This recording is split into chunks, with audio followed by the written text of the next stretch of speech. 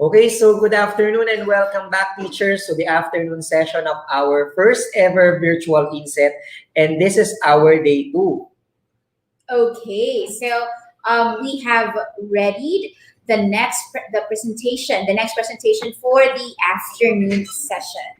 And the focus of our presentation for today would be about assessment of online learning, or more specific, the role of assessment in online learning. And this will be presented to us by none other than Mr. Salvador Manansal I, or fondly called as Sir Bads. Sir Bads. Okay, let me read his bio note. Okay, again, Mr. Salvador E. Manansala I. Okay, in 2020 up to present, he is invited to join as an educational technology specialist at the Department of Education Central Office, facilitating the use of technology for teaching using a variety of interactive methods, thus assisting teachers in integrating appropriate technologies to support, enhance, and maximize learning. Sir Salvador is an elementary classroom advisor at the Amado T. Reyes Elementary School and as a mathematics coordinator,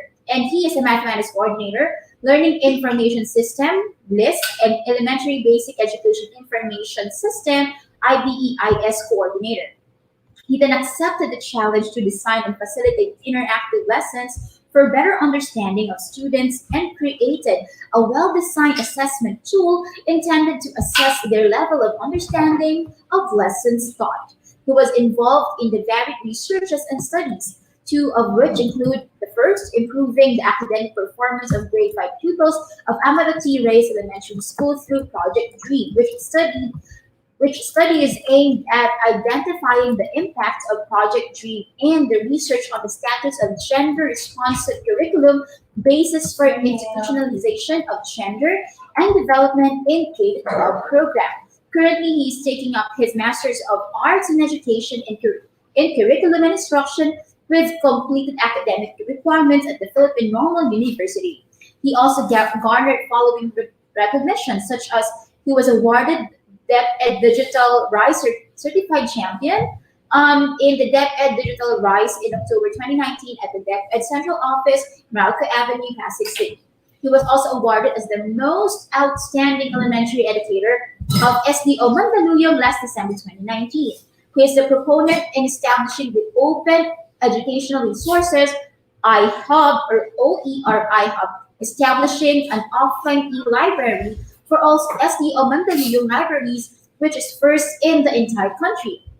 He joined professional associations such as the following. He is a member since 2015 and to present of the Mathematics Teachers Association of the Philippines, Incorporated in June 2017 up to present. He is also a member of the Association of Curricularists and Educators at Philippine Normal University, Manila from June 2019 to present. And wait, there's more.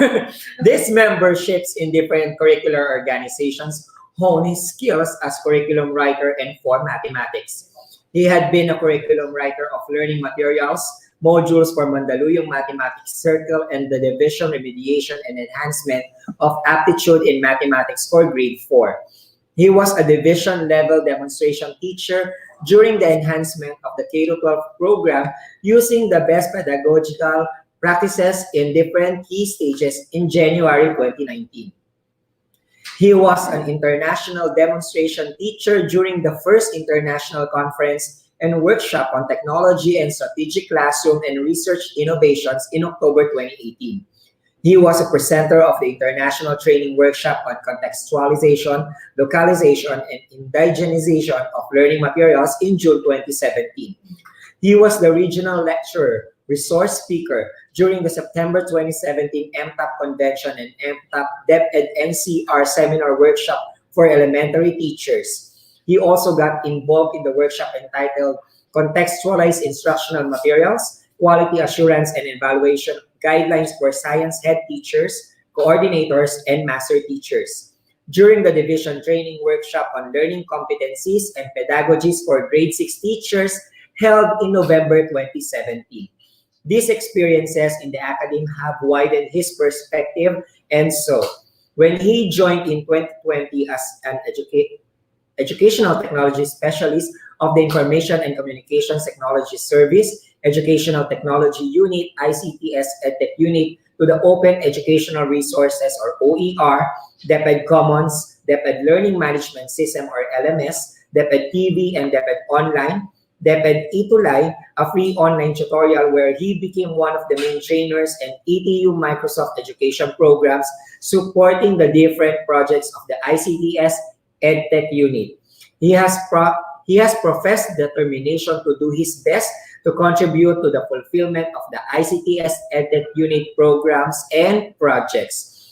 Okay, so are we still on the day 2 of our INSET? Yes. I think it's already the day 5. Without any more further ado, one of the gems of the EdTech Unit here at the DepEd Central Office, we are proud to present to you Mr. Salvador Manansala the First.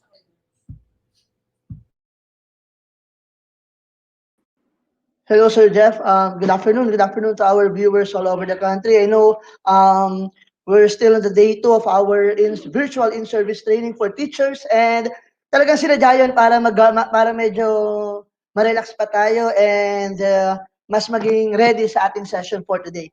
So today I'll be discussing to you a new normal, the critical role of assessment in online learning. As we all know, it's been a year since nag-declare ng lockdown sa ating in the Philippines, and it's been a year kung saan nakat yung face-to-face delivery of instructions sa ating bansa. And from that moment, we try to innovate things, we try to come up with different learning modalities on how we can continue in delivering quality education to our learners. And isa po sa mga learning modalities is the online learning. So since we're using online learning, it is very important for us to assess or to know yung level of understanding ng ating learners in an online learning platform. The K-12 Basic Education Curriculum is the national curriculum for schools in the Philippines and forms the basis for all teaching and learning activities that teachers plan for learners in their classes. The teachers use the curriculum guides, teacher's guide, learning resources, and their initiative to develop rich learner-centered activities for our learners. The continuing threat of the COVID-19 in the country and the world brings about unprecedented challenges to basic education. And in preparation for school year 2020-2021, teachers and parents must adopt to alternative learning modalities to ensure that learners achieve essential curricular goals. And as stated in the DepEd Order Number 8 Series of 2015, or the policy guidelines in classroom assessment for K-12 basic education program, the assessment should be used to inform and improve practices and promote learning outcomes. In assessing our learners, we are using this before the DepEd Order Number 8 Series of 2015. In distance and blended learning environments, it is necessary to utilize alternative tools and strategies for assessing and supporting learning. Since we are now entering the distance and the blended learning environment,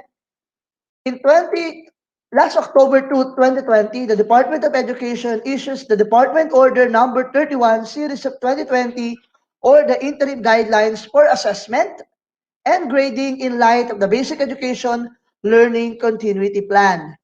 So let's now focus our attention on assessment. When we talk about assessment, it is an ongoing process of identifying, gathering, organizing, and interpreting quantitative and qualitative information about what learners know and can do. So basically, we are conducting assessment right every after discussion. But we have this we have this test intended to measure what the learners can do. Minsan binibigay natin to before the start of every semester or before the start of every quarter. It is an integral part of the curriculum implementation that allows teachers to track and measure learners' progress and to adjust their instructions accordingly.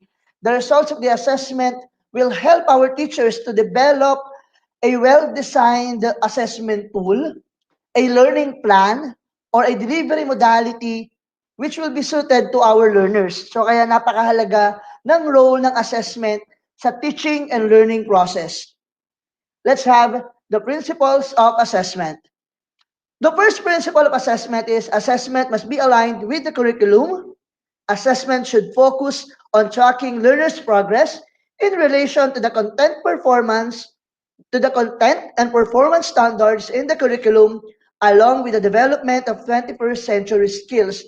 As we all know, in today's era, we are trying to empower our learners to be to be equipped with 21st century skills. Number two, assessment must be valid. Assessment should assess what the learners actually learn inside the classroom. Validity ensures that the assessment activities and assessment criteria accurately measures the extent to which learners develop the required competencies and meet the standards for their grade level. So sabi niya, no, we need to assess yung learners natin based dun sa ano ang itinuro natin. Kasi minsan may mga assessment tayo na ginagawa na hindi naman aligned dun sa mga competencies natin. Lagi natin tatandaan, dapat yung mga assessment na gagawin natin must be aligned sa ating MELCs or sa curriculum na ginagamit natin. For the third principle of assessment, assessment must be reliable and consistent. When we talk about reliability of assessment, it requires that clear and consistent processes be followed in developing assessment activities. Because of this, it ensures that if you repeat an assessment activity with the same learners or conduct it with another time, if another teacher conducts it at the same activity with different learners, you should still sorry. Sorry. Sorry, hindi ko na kaya. Sorry. Okay. I would like to apologize for that. Medyo may something lang. Number 4, assessment must be fair and inclusive. Assessment activities should consider the learner's race, gender, learning needs, learning style, language of learning, abilities and disabilities, cultural background, and socioeconomic activities. They must never exclude, take advantage, or disadvantage any individual or group of learners. So, di ba nga tayo, we are promoting this inclusive education, and sa elementary level, we have this learners with special educational needs o yung LSEN na tinatawag natin na we would like to inform everyone that at the start of third quarter for our ETUlay, we will be having our SPED ETUlay tutorial. So abangan po natin ang SPED ETUlay tutorial natin this March 22. For principle number 5, assessment must be manageable for both learners and teachers. Learners need time to process new knowledge and practice new skills. This means that assessment should be developed and be implemented at appropriate times in the learning process.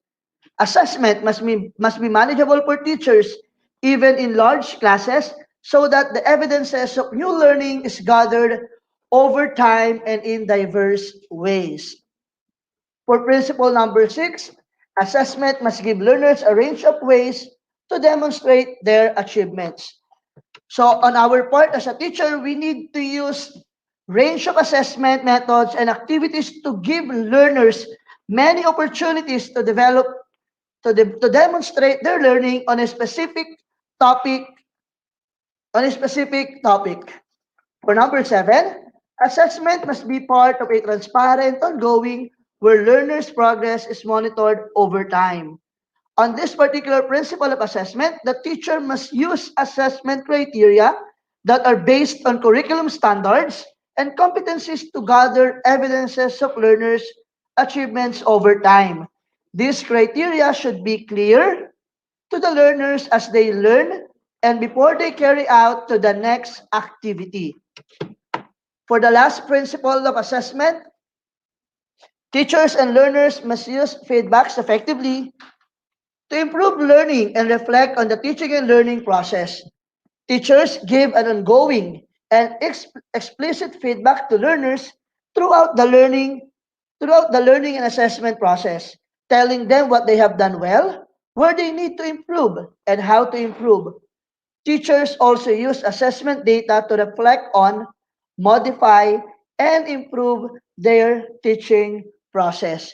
Di ba? It is very important for us to have this feedback mechanism in a way that naiintindihan din natin bakit ganun yung performance ng ating mga learners, saan tayo medyo merong pagkukulang, ano yung kailangan nating i-improve sa ating the way we deliver our lesson. So these are the 8 principles of assessment. And let's have this, the teaching and learning process. The teaching, the learning, and the assessment process. Before kasi we have the teaching and learning lang. So to assess the learning of our students, we need to perform different types of assessments using varied assessment tools. That to reflect on. Okay, for the first one, identify the curriculum standards. So the curriculum standards, ito yung makikita natin sa ating most essential learning competencies. Ito yung mga may content standards. So we need to be mindful of that. The second one, develop the assessment criteria. We need to analyze the competencies to be assessed and unpack or expand them in a way that our students will be assessed on a specific topic alone. Kasi meron tayong mga competencies na talagang medyo congested pa. So we need to unpack or we need to expand those competencies. Identifying the assessment methods. It is very important for us to identify which assessment method will give learners the best chance to demonstrate their learning. Is it observation, talking to learners, or analyzing the product they make, or a test? So we have plenty of assessment methods that we can use, but let us take into consideration yung ano ba yung applicable sa ating learners. Next, design the assessment activities. After developing the assessment criteria, identifying the assessment methods, we need to design our assessment activities. It is to assess the learner's knowledge on skills given with a specific learning competency. What task or task will you ask your learners to do or to demonstrate their learning? It is very important for us to remember that an activity does not always have to be a test or a written task. For number 5, develop and undertake teaching and assessment activities. It is very important, lalo na in K-12, learner-centered tayo. We need to plan learner-centered activities and explicit teaching designed to help learners develop the required competencies.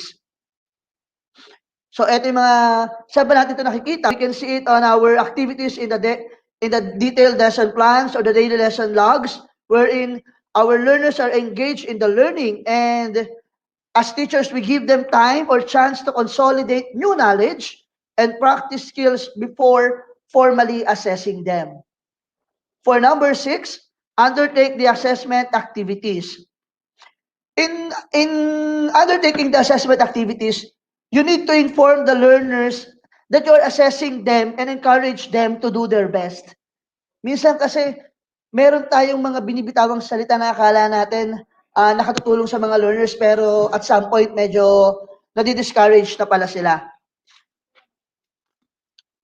Record evidences of learning. So when we talk about record of evidences of learning, we need to record the performance of each learner by selecting the most suitable recording method. We can have class checklist, observation grid, anecdotal record, and portfolios na ginagamit natin. As a teacher, we can also write comments on the checklist and on the learner's work that are linked to their assessment criteria. In writing our comments to that particular output on that or the result of that particular assessment, nagkakaroon na kagad tayo ng immediate feedback dun sa naging performance ng ating mga learners. Make consistent judgment about learning. So use assessment criteria and rubrics objectively to determine the quality of each learner's work. So alam naman natin, talagang sanay na tayo rito. Pag may mga pinapagawa tayo sa learners natin, automatic meron niyang rubrics o rubric. Yung rubric kasi will serve as a guide on how we are going to grade yung output ng ating mga learners.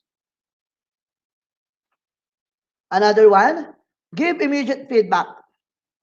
On this particular step, use the assessment criteria to give explicit feedback to the learners about their work. You can give feedback orally or in writing, but do this immediately after the activity. So most of the time, tayo mga teachers, pag nagbibigay tayo ng feedback natin, hindi natin naiisip yung mararamdaman ng learners natin. We need to give our feedback constructively. Kapag meron tayo nakitang medyo hindi maganda doon sa output ng mga learners natin, we can also give other things na kung saan may encourage natin yung mga learners natin to do their best and to exert more efforts.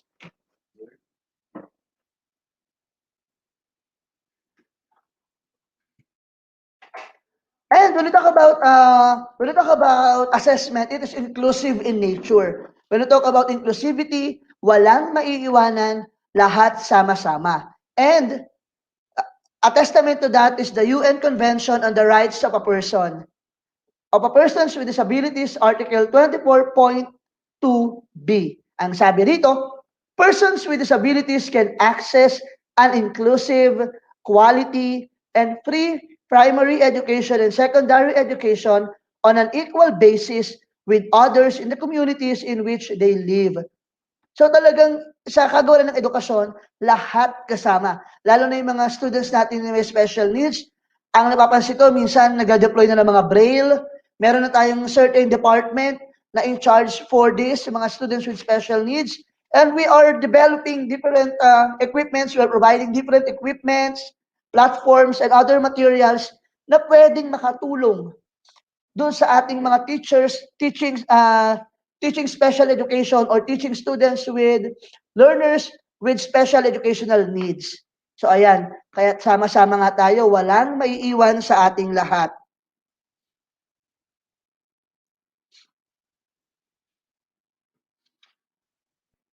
Inclusive assessment should be inclusive and fair for all learners in class. Every learner must be in school or must have access to education through alternative delivery mode. Learners, including Muslim learners in madrasa education system, must feel that they can participate freely and contribute to all aspects of school life. And let's have this assessment method.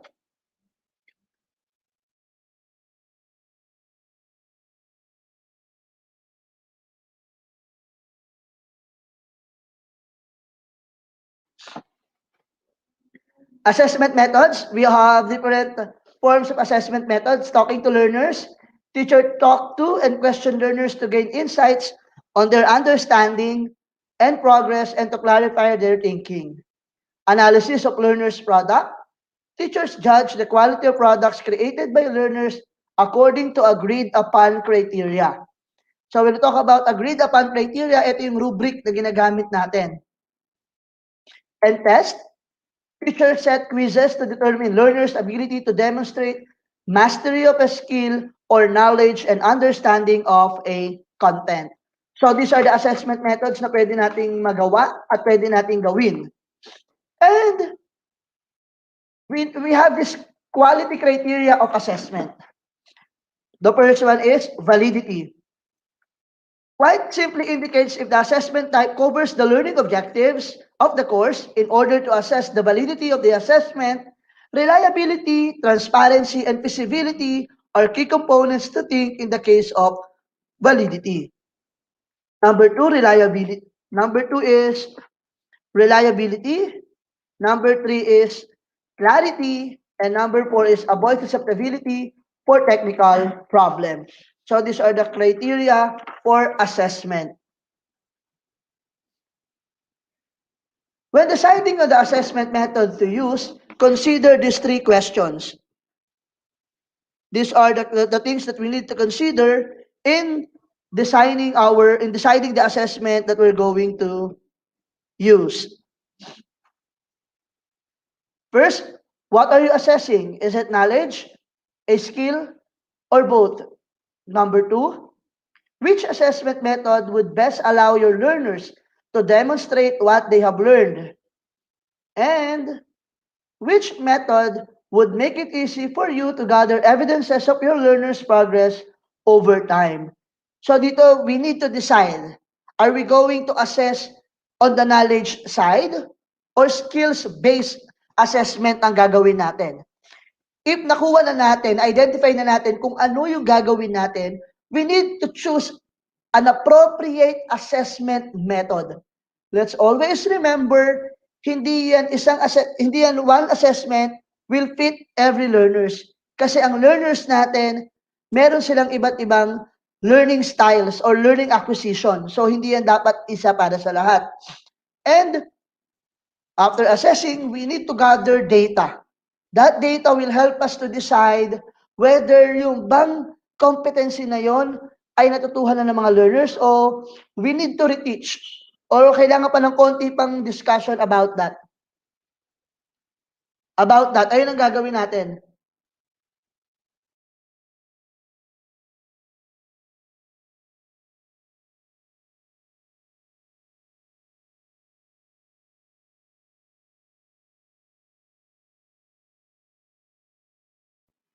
Ayan. So, on the recording methods, so I would like to apologize kung medyo nawawala-wala po ako. Hindi po internet problem yon. For the recording methods, number 1, class checklist. Sa class checklist, this outline the assessment activity and criteria and list all the learners' name. Use simple coding system to record how well each learner performed on each criterion. Leave spaces in the checklist for comments. So this is the class checklist. Number 2, digital portfolios. These are collections of learners' works that show their efforts, achievements, and progress. Ito kasi digital portfolio, hindi na to bago sa atin. Dati, gumagawa na rin tayo nito. Minsan, naalala ko, nung panahon ko, magazine pa ang ginagamit ko. Doon ko nilalagay yung mga output ko and then every session, ang nangyayari ay pinapakita ko sa parents ko yun and then doon natatrack yung mga performance nila. And during my time as a teacher, meron akong isang buong wall doon sa likod ng room ko, doon nakalagay lahat ng output ng mga learners ko. Mapa-arts yan, math yan, basta lahat ng outputs nila nakalagay doon. Para during our PTA or release ng card, makikita ng mga parents nila. But now, different na eh. Kasi online learning tayo, so we need to use digital portfolios. At marami tayong avenue, marami tayong mga platforms na pwedeng gamitin to be able for us and for our learners to come up with a very good digital portfolios. Tatandaan natin, the purpose of this one is to measure and to assess yung mga naintindihan ng learners natin for a certain period of time. Next. Visual and audio records, audio recording, photographs, and video footages record details that can be seen and heard and provide a reliable and lasting record of achievements. Photographs can be included in portfolios or stored electronically. If used for purpose other than individual assessment, get permission from learners and parents to do this to ensure privacy and child protection. Tama naman po. If we're going to show a certain picture na may learners natin, kailangan mag-seek tayo ng parental consent because in DepEd, we are promoting for a child-friendly school. So, ayan yung mga goals natin. And number 4, the most, ito yung pinaka-widely used recording methods, which is the class record. So, feedback, kanina binanggit natin yan. Mahalaga ba ang feedback? Research showed that one of the most influential factors in improving learning is for learners to receive clear and specific feedback while they are learning. Tulad na sinabi ko, we need to give feedback which is constructive in nature. Kailangan hindi natin titignan yung mga learners natin o bibigyan ng feedback yung mga learners natin na madi-discourage sila to learn.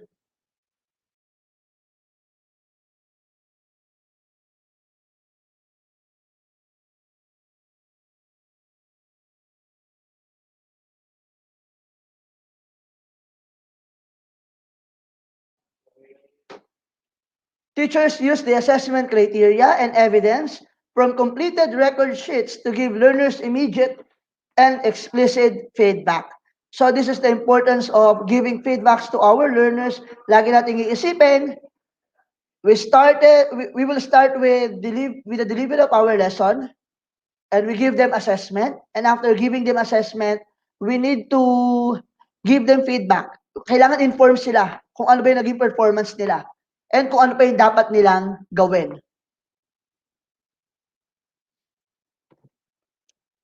These are the guidelines on giving effective feedback.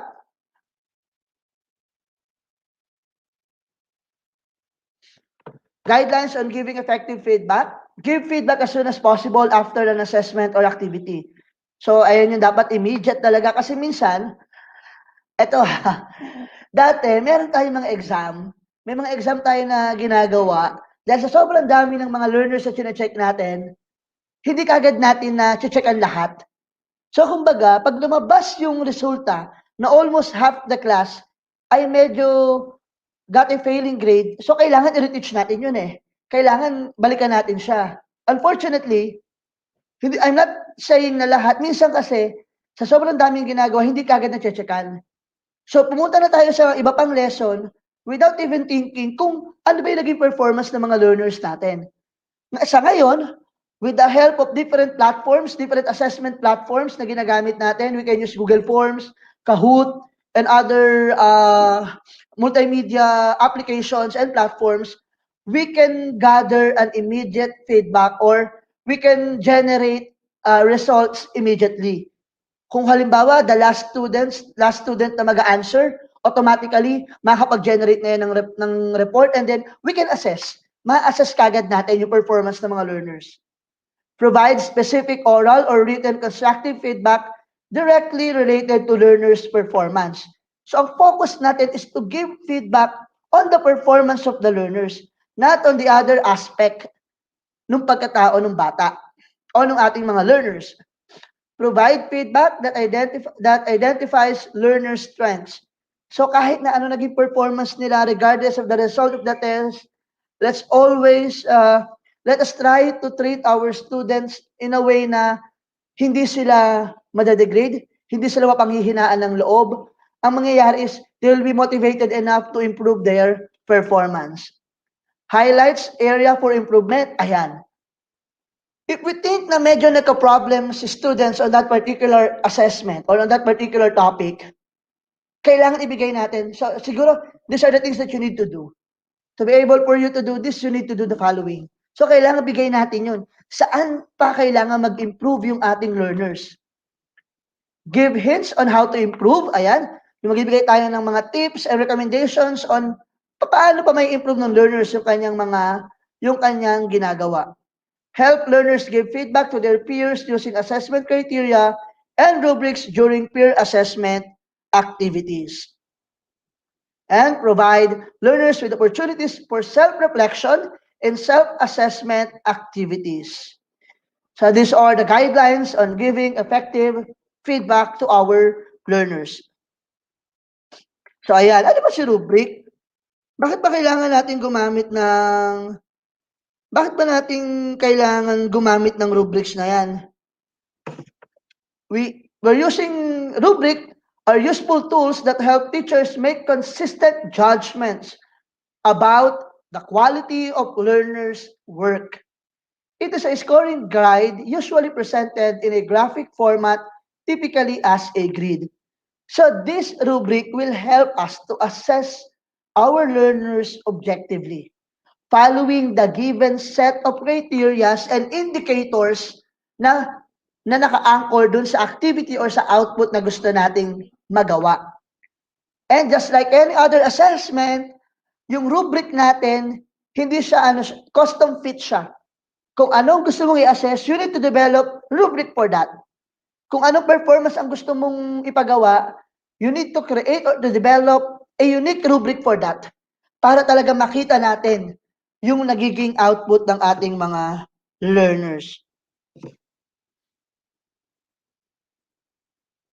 Next, it defines what is expected in a learning situation. So kasi nakalagay kasi kung papansinin natin, kadalasan, we are creating this rubric do sa rating scale na 1 to 4. Halimbawa, 4 demonstrates all the ganun-ganon. Kumbaga, 4, yun sa rating scale na 4, 3, 2, and 1 na yun, each score on that, may sarili siyang indicator. And those indicators na nakalagay dun sa rubric natin, ay yun yung expected output natin sa ating mga learners. So kaya napakahalaga na makapag-develop tayo ng isang maayos at comprehensive na rubric in assessing the output or the performance of our learners on a certain period of time. It gives meaning to learners level of performance on an authentic assessment task, and rubric answer 3 questions. What do we want learners to know and be able to do? How well do we want learners to know and be able to apply or use a skill in a concept? And how will teachers and other scorers know when a learner knows a concept and does an activity well? So ito yung mga dapat nating isipin in creating our rubrics. Or rubric, yung rubric ba yun, ina-answer na ba yung mga question na yan? Ito yung mga considerations that we need to remember in creating or crafting our rubric. Advantages. What are the advantages of using a rubrics? Number 1, it allows assessment to be more objective and consistent because the criteria are in a specific term. What do we mean on a specific term? For example, if we want to assess the creativity of our learners, we will have creativity as the main focus, and then we have 4 indicators. We have 4 as the highest, 3, 2, and 1. Yung mga indicators na yon, naka-level siya. For example, it achieves the following indicators. 4. Pag lack 1 indicators, 3. Pag nawawala yung 2 to 3 indicators, 2. Pag totally wala do, hindi mo nakita yung mga indicators na yon, 1. So, ganun tayo gumawa ng rubric. Number 2, clearly show learners how their work will be evaluated and what they can expect from this. In establishing the key criteria or the key pointers on a rubric, malalaman kagad ng learners, eto pala yung inaasahan ni teacher. Eto pala yung magiging output dapat natin. And number 3, promote learners' awareness of the criteria to use in assessing their peers' performance. Bakit in assessing their peers' performance? Tandaan natin, with the technology that we have right now, pwede pa rin magkaroon ng online reporting. Ayan, yung lagi natin ginagawa dati. Online reporting. We have Google Workspace, yung mga Google Slides, Google Docs, na kung saan, basta nakashare lang yung slides na yun sa mga learners natin, yung mga learners natin pwede mag-collaborate, pwedeng mag-comment, and pwede nilang ma-assess yung performance nila. So, dapat yung rubric natin ay inform dapat yung mga learners at alam nila kung ano yung content nun. Number 4, provide useful feedback regarding the effectiveness of instruction. So these are the advantages of using a rubrics. So ito yung mga sample summative assessment tools that qualify as performance tasks in online learning. This is yung attachment ito, isa ito sa mga kasama ron sa interim guidelines na inisyu ng DepEd or the DepEd Order number 30 series of 2020. So ano-ano ba yan? So we have here 4 languages or 4 languages, ito yung mga English or Filipino. It is divided into 3 if we are trying to assess written outputs, products, or performance tasks. So for written outputs, we have blogs, essays, e-journals. For products, we have YouTube campaign, case studies published through Adobe Acrobat and e-collages. Performance tasks, so ayan ito yung mga suggested lang naman. Summative assessment tools. Again, ito ay taken doon sa ating interim guidelines on assessing learners po ngayong pandemic format. Ayan. Data recording and analysis using Google Forms. Geometric and statistical analysis using Stata or Alex. Graphs, charts, or maps using Microsoft Excel or Sheets. So these are the things that we need to consider, or these are the suggested summative assessment tools na pwede nating ibigay sa ating mga learners. For science, ayan, concept maps, data recording, laboratory reports and video documentation, reaction or reflection papers, survey using Google Forms. For products, investigatory projects, e-models and diagram construction, prototype building with video demonstration and research paper. For performance tasks, ito yung mga suggested natin. We have 7 assessment tools.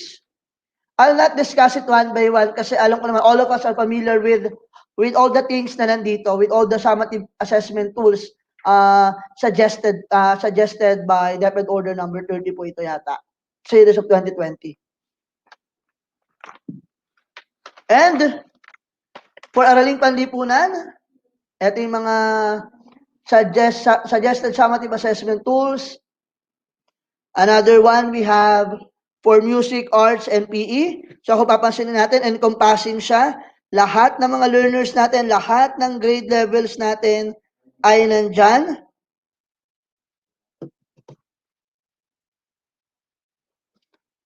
For edukasyon sa pagkapakatao, we have the following: blogs, essays, journal writing, reaction, reflection paper. For products, argument analysis, expressing feelings and ideas through art activities.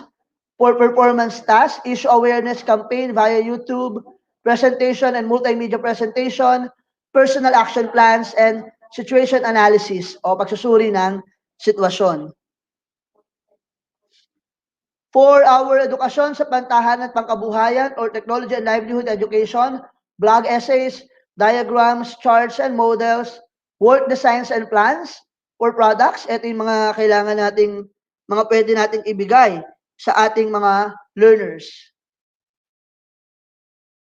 I know it's been a year at marami na tayong trainings na inattendan, marami na tayong in-empower natin yung sarili natin.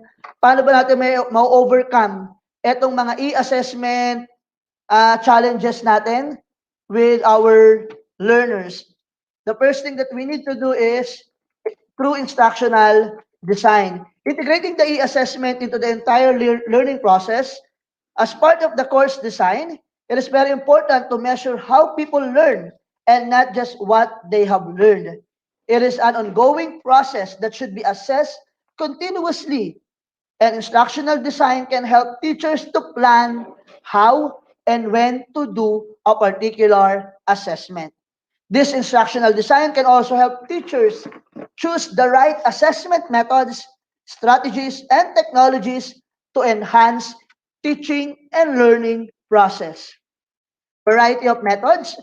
As a teacher, we need to use different assessment methods and activities to measure different processes and outcomes coming from different learning styles, such as multiple choice question, e-portfolio assessment, concept maps or personal response systems, online role plays, activity-based scenarios, judge mathematical expression, and online discussion. The third one, technologies enhanced assessments. We need to use ICT to follow up learning process. We need to build tools to monitor and support and to assess a large number of students. Design scales and rubrics to be used as self-assessment, peer review, and teacher evaluation. We need to select technologies that support alternative assessment strategies and allow evidences of higher level learning to be collected. And for the fourth one, evidence-based learning. Learners need substantial, regular, and meaningful feedback, and e-assessment strategies offer a systematic format for providing this. The feedback can be personalized and provided by different actors. Feedbacks should be used to improve learning and not given as final activity. And for the last one, we have the feedback and feed forward. And the things that we need to consider in an online assessment. Okay, ito yung mga dapat natin consider. Desktop sharing and video monitoring, randomized individually timed assessment tests, and secure and assessment administration standards. So these are some safety precautions na pwede natin gamitin para maging valid o maging makatotohanan yung magiging assessment natin sa ating mga learners. And sabi nga rito, let's always remember na ang assessment, we're using assessment not to judge our learners but to help them improve on a particular topics or discussion na hindi niya na iintindihan or medyo nahihirapan sila. And at the end of the day, effective teachers recognize the importance of engaging their students in learning. This is why it is necessary to implement relevant technologies for assessment to make learning applicable to modern students who are becoming more digital and competence-based to meet the demand for the future jobs. And teacher training is very important in meeting the challenges imposed by this pandemic. Again, I am your resource speaker this afternoon about the critical role of assessment in online learning, your educational technology specialist and DepEd TV project lead, Mr. Salvador E. Manansala I. Maraming salamat po, and I hope meron akong konting na-impart na knowledge sa inyo about the role of assessment in online learning. Thank you very much, and God bless us all.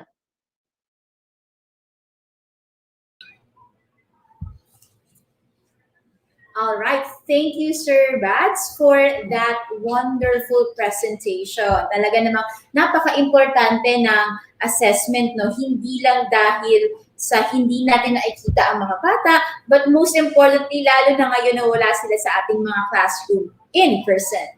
Yes, and actually, in addition to that, we are doing assessment not just to measure, di ba, the students' capabilities and as well as their knowledge. Ginagamit din po natin ito to measure the effectivity of our assessment tools, di ba? So, kasi usually kapag assessment, iniisip natin it's all about the grades ng mga students. Kaya naman po, we are encouraging all the teachers to send in your questions for our surveys para po mabigyan niya po ng mga answers, and as well as i-comment nyo lang po or i-send sa aming Google Forms para po sa ating mga questions. Okay? So, Ma'am Teacher May, while we are waiting for that, so siguro simulan natin ng konti yung mga shoutouts natin para mabubasa na din, no? Okay. So, mula po sa Severa Balisno Memorial School po, hello po kay Ma'am Criselda Albert Garcia, Norilyn Talplacido, Elizabeth Agustin, Marilyn Daos, Elsa Reyes, Teresita Salvador, Rosemary Cruz, Grace Delchan, Cristel Lago, Bern Maynard Acuña, Daislyn Francisco. Hello po mga teachers. Ayun, and good afternoon din po kay Ma'am Riza Sevilla, Ma'am Virginia Magnata, Ma'am Cynthia Mendoza from Las Piñas National High School Filipino Department. Good afternoon po sa inyo. Thank you for watching also to Sir John Patrick Rodriguez and Maribeth Collis of SDOQC. Yes, pinakabati po ni Sir Ralph Lawrence Paras po, lahat po ng mga teacher and school staff ng Tamos Elementary School. Ano din po ang administrators and teachers ng San Roque National High School, at ang principal po nila ay si Ma'am Jordi Fernando, at sa lahat po ng teachers din ng San Isidro National High School, pinakabati po ni Sir Gabriel Catan. Yes, also greetings din po for Severa Balisno Memorial School, Ma'am Criselda L. Garcia, Norilyn Taplacido, Elizabeth Agustin, Marilyn Daos, Elsa Reyes, Teresita Salvador, Rosemary Cruz, Grace Beltran, Cristel Lago, Bern Maynard Acuña, and Daislyn Francisco. Yes po, and this is a greeting from Ma'am May Biarcal po from SDOGO Hulnagan City, Valle Hermoso District. Hello po sa lahat ng mga teachers from Malangsa Elementary School headed by Ma'am Marivic Ampil ang Banban. Yes, also shout out din po sa Parañaque National High School Main with their school head Sir Jerry A. Lumaban from Ma'am Che Mendoza. At hindi rin po bibitiw po sa ating INSET ang mga teachers from Nangka High School, from SDO Marikina. Hello po sa lahat ng mga teachers dyan at salamat po sa pagsuporta sa aming INSET. And also, greetings din po, shoutout po sa Anayan Sagrada Elementary School and to the principal Artemio P. Batalier Jr. from DCS Pardinas, Kaungkod Elementary School, Madridejos District School Principal Jose G. Bawiga. Okay, punta naman tayo sa South po, no? Pa-shoutout daw po sa San Isidro Elementary School at sa lahat po ng mga teachers sa San Luis District Division of Pampanga from Teacher Luisa.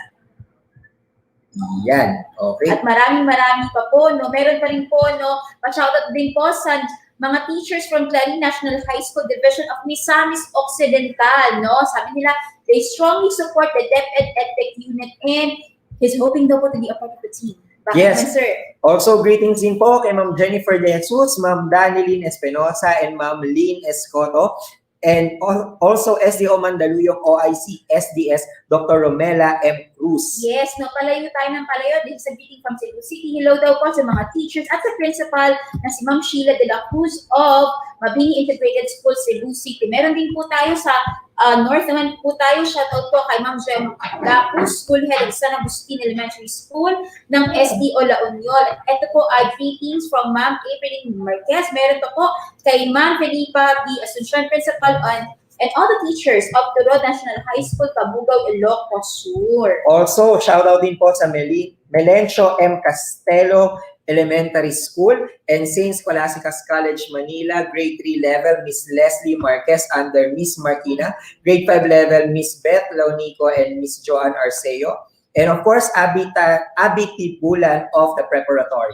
Okay, sa principal po ng Eusebio High School na si Ma'am Annalyn Miranda Macasinag, sa head teacher po ng English Department, Rosana de Guzman, at sa lahat pa ng mga English teachers ng school na ito, Eusebio High School. Hello po sa inyo lahat. Ayan, so habang inantay pa rin po natin yung ibang mga questions, no?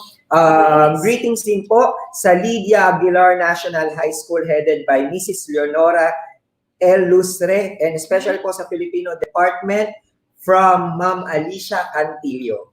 Okay, meron din po kay Ma'am Gandiosa Makaspag po ng Mandaluyong High School. And then sa Aklat Sikat Foundation Family kay Ma'am Lainel, Sir Romel, Ma'am Annabel, Ma'am Teresa Nanasa, who belong to DepEd Division Schools. Hello po sa inyong lahat. Ayan po. Then, shoutout din po sa lahat ng teachers and school heads of Liliu District, especially to Francisco S. Brosas Memorial Elementary School with their school head, Ma'am Noemi Brul and PSDS Dr. Wilmer M. Gahite. This is from Ma'am Roma po, your teacher broadcaster from Liliu, Laguna.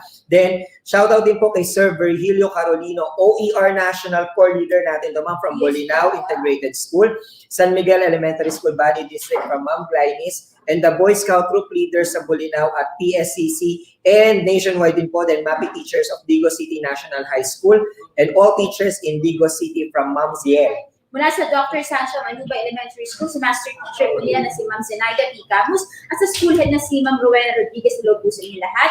Hello din po kay Ma'am Sheila Camara ng Aliaga National High School, Ma'am Donna Bueno ng SDO Cabanatuan, Ma'am Cristel Anuse Lago, at ang school head po na si Ma'am Priselda L. Garena na Severa Bagismo Memorial School. Hello po sa inyo lahat. Ayan. Also, we have here teachers po from Talisay Elementary School, teaching course ng Chaong Quezon.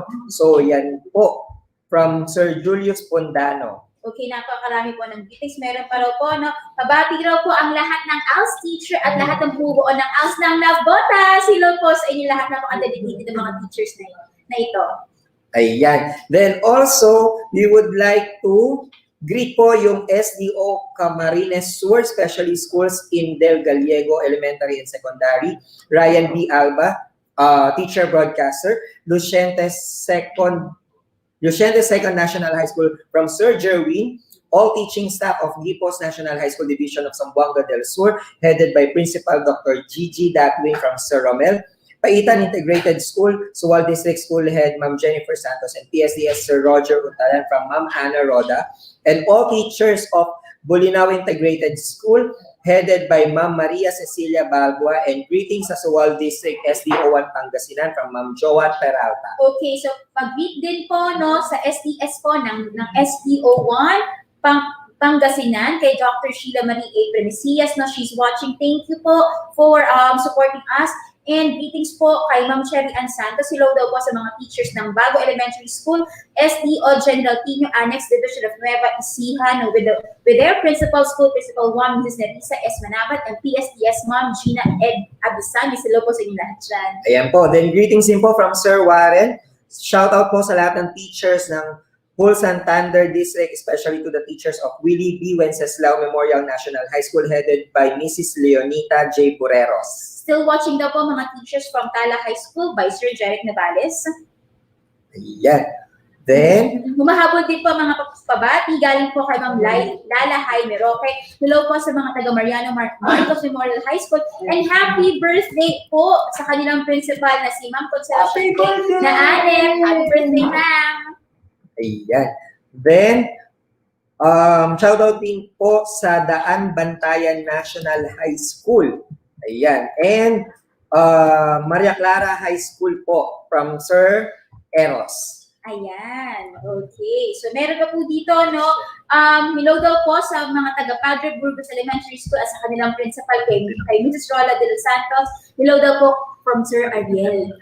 Ayan. So okay na po ba yung questions natin, Director? Okay. So while we are still waiting, we would like to greet teachers from San Roque Elementary School, Sir Kimnick Bialen, Aisel Pada, Irene Ramos, Juliet Clemente, Mary Lace Hapon, Jocelyn Ibanez, and Eileen Bejerano. Teachers from Ayala Central School Sped Center, Riza Andog, Casey Bacoboy, Carmina Yap, and Annie Gadenes. Yes Yan. po. No? At patuloy pa rin po dumadaan po ang ating mga shout-outs and greetings po. Hello po no, sa mga teachers na sumusuporta ng ating virtual INSET from Napnapa National High School from Tigbawan, Iloilo. Hello po sa inyong lahat dyan. Ayan. Also, greetings po kay Sir Mark Kevin Olimba, Santa Lucia High School from SDO Bulacan. Then Sir Jonas Feliciano Domingo, SDO San Juan City, the National ESO for Writers. Okay, so hello po sa mga teachers from Don Vicente Rama Memorial Elementary School from Cebu City and the Division of Cebu City. Yes, so this one naman po, from one of our teacher broadcaster from Sir Mark Anthony Paloma. Shout out po sa PLE teachers ng Pedro Guevara Memorial National High School with their head teacher, Ferdinand Nequinto, School Principal Dr. Santiago Falilago Jr., and their EPS Dr. Cristina Talambayan of SDO Laguna. Hello po sa mga teachers from SDO Batangas Province, especially to the teachers and principal for Dr. Thelma A. Pasco of Dr. Juan A. Pastor Memorial National High School in Ibaan, Batangas. Ayan. Also, greetings from Mary Ann Santos, one of our teacher broadcasters, Malibo Bata Elementary School, Pandi South District, SDO Bulacan, School Principal, Ma'am Carlina U. Mariano. Okay, shout out daw po kay Ma'am Marnie Solosa and Ma'am Edith Correa. Also to the Filipino group ng Ligaw District headed by Ma'am Dory Salamat and Ma'am Naomi Brul. Ayan. Then shout out din po sa Las Piñas City National Senior High School CAA Campus at Doña Josefa Campus. This is from Ma'am Sheila May Pareja, the CAA Campus Principal Dr. Maria Teresa B. De Los Santos, and Doña Josefa Campus Principal Dr. Alejandro Esperanza. Also from Sir Ariel din po. Good afternoon. Hello din po kay Ma'am Cristel Macaraeg, Sushmita Cornelos at Charmaine Rumarate. Ayan. From Sir Neil po yan, greetings from him. Yan. And also SDO Camarines Sur Specialty Schools in Del Gallego Elementary and Secondary School from Mr. Ryan B. Alba. Okay. Meron pa, sir? Okay, so I guess inaantay pa rin natin yung questions, Director. So while we are waiting, shout out po sa mga teachers ng Papaya Elementary School, SDO San Antonio Annex, SDO Nueva Ecija, with their Principal Leopoldo G. Villesa, PSDS Ma'am Esther D. Ramos, and SDS Jessie D. Ferrer. Okay, sige po, sir. Ayan. Also, greetings din po sa Bungad Elementary School teachers, SDO Quezon City, headed by their principal, Dr. Josephine S. Aranas. So, this one po is from Marian Isabel. Ayan. Then, also, greetings din po sa Bunol Integrated School, Gimba East Annex, SDO Nueva Ecija. Okay, pa-shoutout din po sa lahat ng mga teachers from Subic National High School, Zambales, especially sa MAPE Department, and MAPET teachers and head teacher of that department po si Sir Rogelio Ladiero and ang principal po ng Subic National High School si Sir Chester Alan Matienzo and the SDS Zambales po. Hello po sa inyo lahat dyan. Okay, then shoutout din po sa Mawal-Mawal District, especially Batag-Batag Elementary School and Bugho Elementary School. Then, sa SDO Las Piñas, especially sa CAA National High School Annex headed by Sir Michael M. Landrito. Then, pa-shoutout din po sa mga friends daw ni Ma'am Kathleen sa SDO Manila, sa E. Rodriguez Vocational High School teachers, head teachers, and principal, Mrs. Devina T. Maninang from Jericho Aguilar. Pa-shoutout din po ng SDO Tapat, ng Kapitan Eddie Reyes, Integrated School, Carrie's Kinder and SPED teachers with Master Teacher Noriel Umali and Principal Dr. Gina Poblete. Pagbati po yan from Teacher Yujan. Yes, another greetings po from Dr. Pelesha of SDO Las Piñas sa La Medalla Elementary School, Pio Duran, Albay, with Mrs. Francisca Romero. Okay, so waiting pa po tayo for questions, no? From the presentation ni Sir Okay, Barnes. so while we are waiting, ma'am, no, sobrang layo na ng narating natin. Yes. So, Bohol Division SDS, Dr. Binaito Dagatan, the 2A SDSS, Dr. Danny Gudelosa, Dr. Faustino Toradio, to the faculty and staff of San Jose National High School, Talibon. Bohol with Principal Marcela R. Bautista from Sir Glenn Horano, one of our EdTech specialists. And to Sir Reverendo Macabita and to her wife, Ma'am Macabita po sa Imus National High School or Imus City National High School. Good afternoon po. So I guess ready na po yung mga questions natin. Then babalikan po natin yung mga shoutouts. Pasensya na po kayo, medyo marami kasi sobrang na-appreciate natin yung mga teacher. Alam nyo, nire-record nila yung shoutouts sa kanila. Tapos sinatag po and then they put it in their My Day. And then po, we would like to say thank you din po na kapag kasi na-shoutout at nababati sila, no, talagang nag-express sila ng appreciation. Yes. Okay, so we have here the questions. So, hi Sir Bads. Ayun. Okay, so Sir Bads, we'll be giving you 5 questions. These questions are from our teachers na talaga namang nakatutok. So we have 108,770 ayun, and counting viewers. Ayan. Okay, so here is the first question from Mark N. Salinel, Libon, Agro-Industrial High School, Albay. So what are the weak points of assessment in online learning and how to manage those weak points?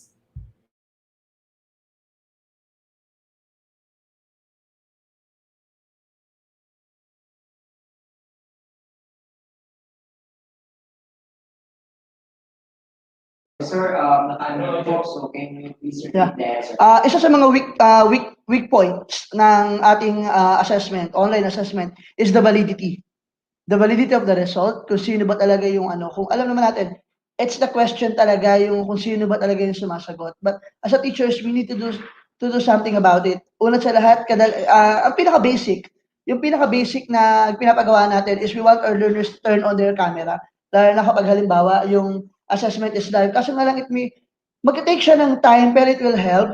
Pangalawa, siguro, may mga learners tayong talagang very passionate, talagang very, yung talagang sumusunod sila. So tulad sabi ko kanina, kailangan mag-set tayo ng standard sa umpisa pa lang. Kailangan sabihin natin sa learners natin na ito, we need to follow this. Kasi unat sa lahat, dapat malaman nila na kung sakasakali iba man yung gumagawa o sumasagot sa exam nila, it will not help them.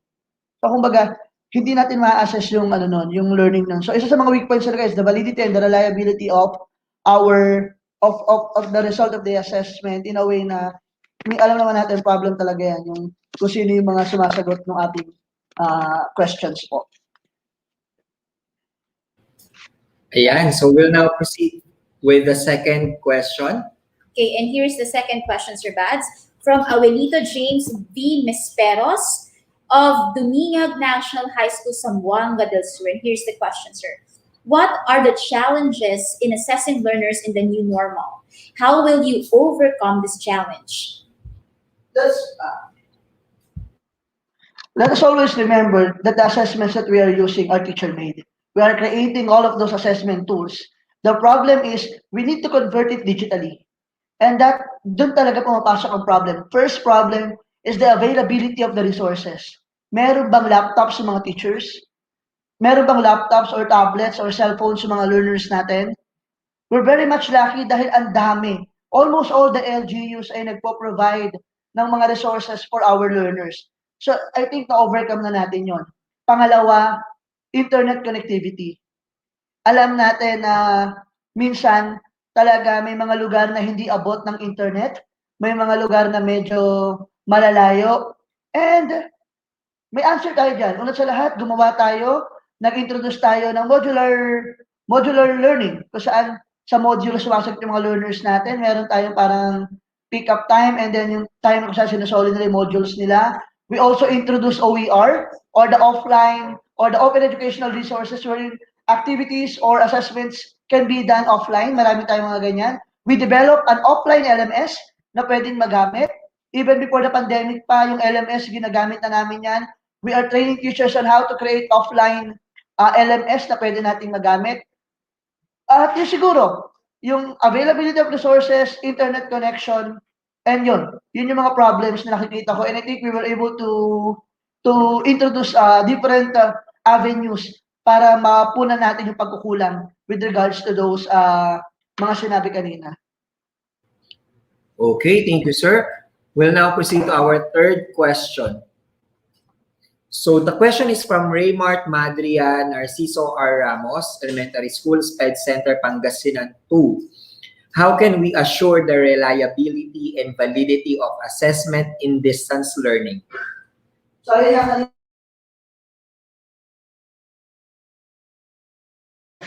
so kanina, meron akong, during the latter part of my presentation, meron akong mga precautionary measures na diniscuss doon. Una sa lahat, yung pwedeng desktop sharing and video monitoring, which is, I think on the side of the teachers, medyo hindi siya applicable kasi talagang mahirap. Kung isa-isahin natin, it will take time bago natin matapos yung assessment. Pangalawa, pwede tayong mag-randomize and individually timed assessment tasks. Kasi mangyayari dyan, pwede nating randomize yung exam and then time pressured sila in a way na there's no other way na may magagawa pa silang iba to get an answer. So talagang straightforward yung magiging approach.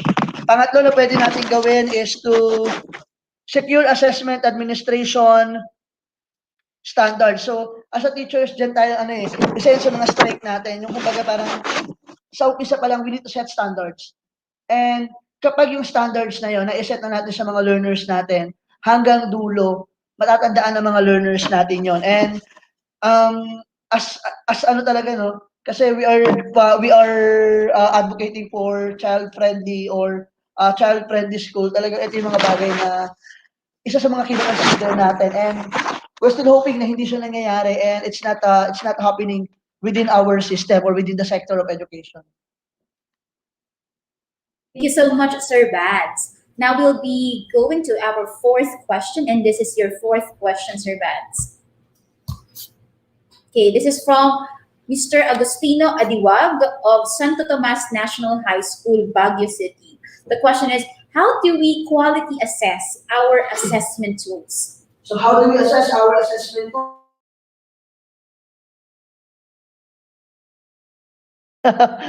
Sorry, so hindi ko na-unmute ang aking microphone. So, para akong nasa napakahalagang hearing sa nangyayari ngayon. So, how can we quality assure our assessment tool? First, the first thing that we need to consider is the alignment of the content or the competencies na gusto mong i-test dun sa MELC.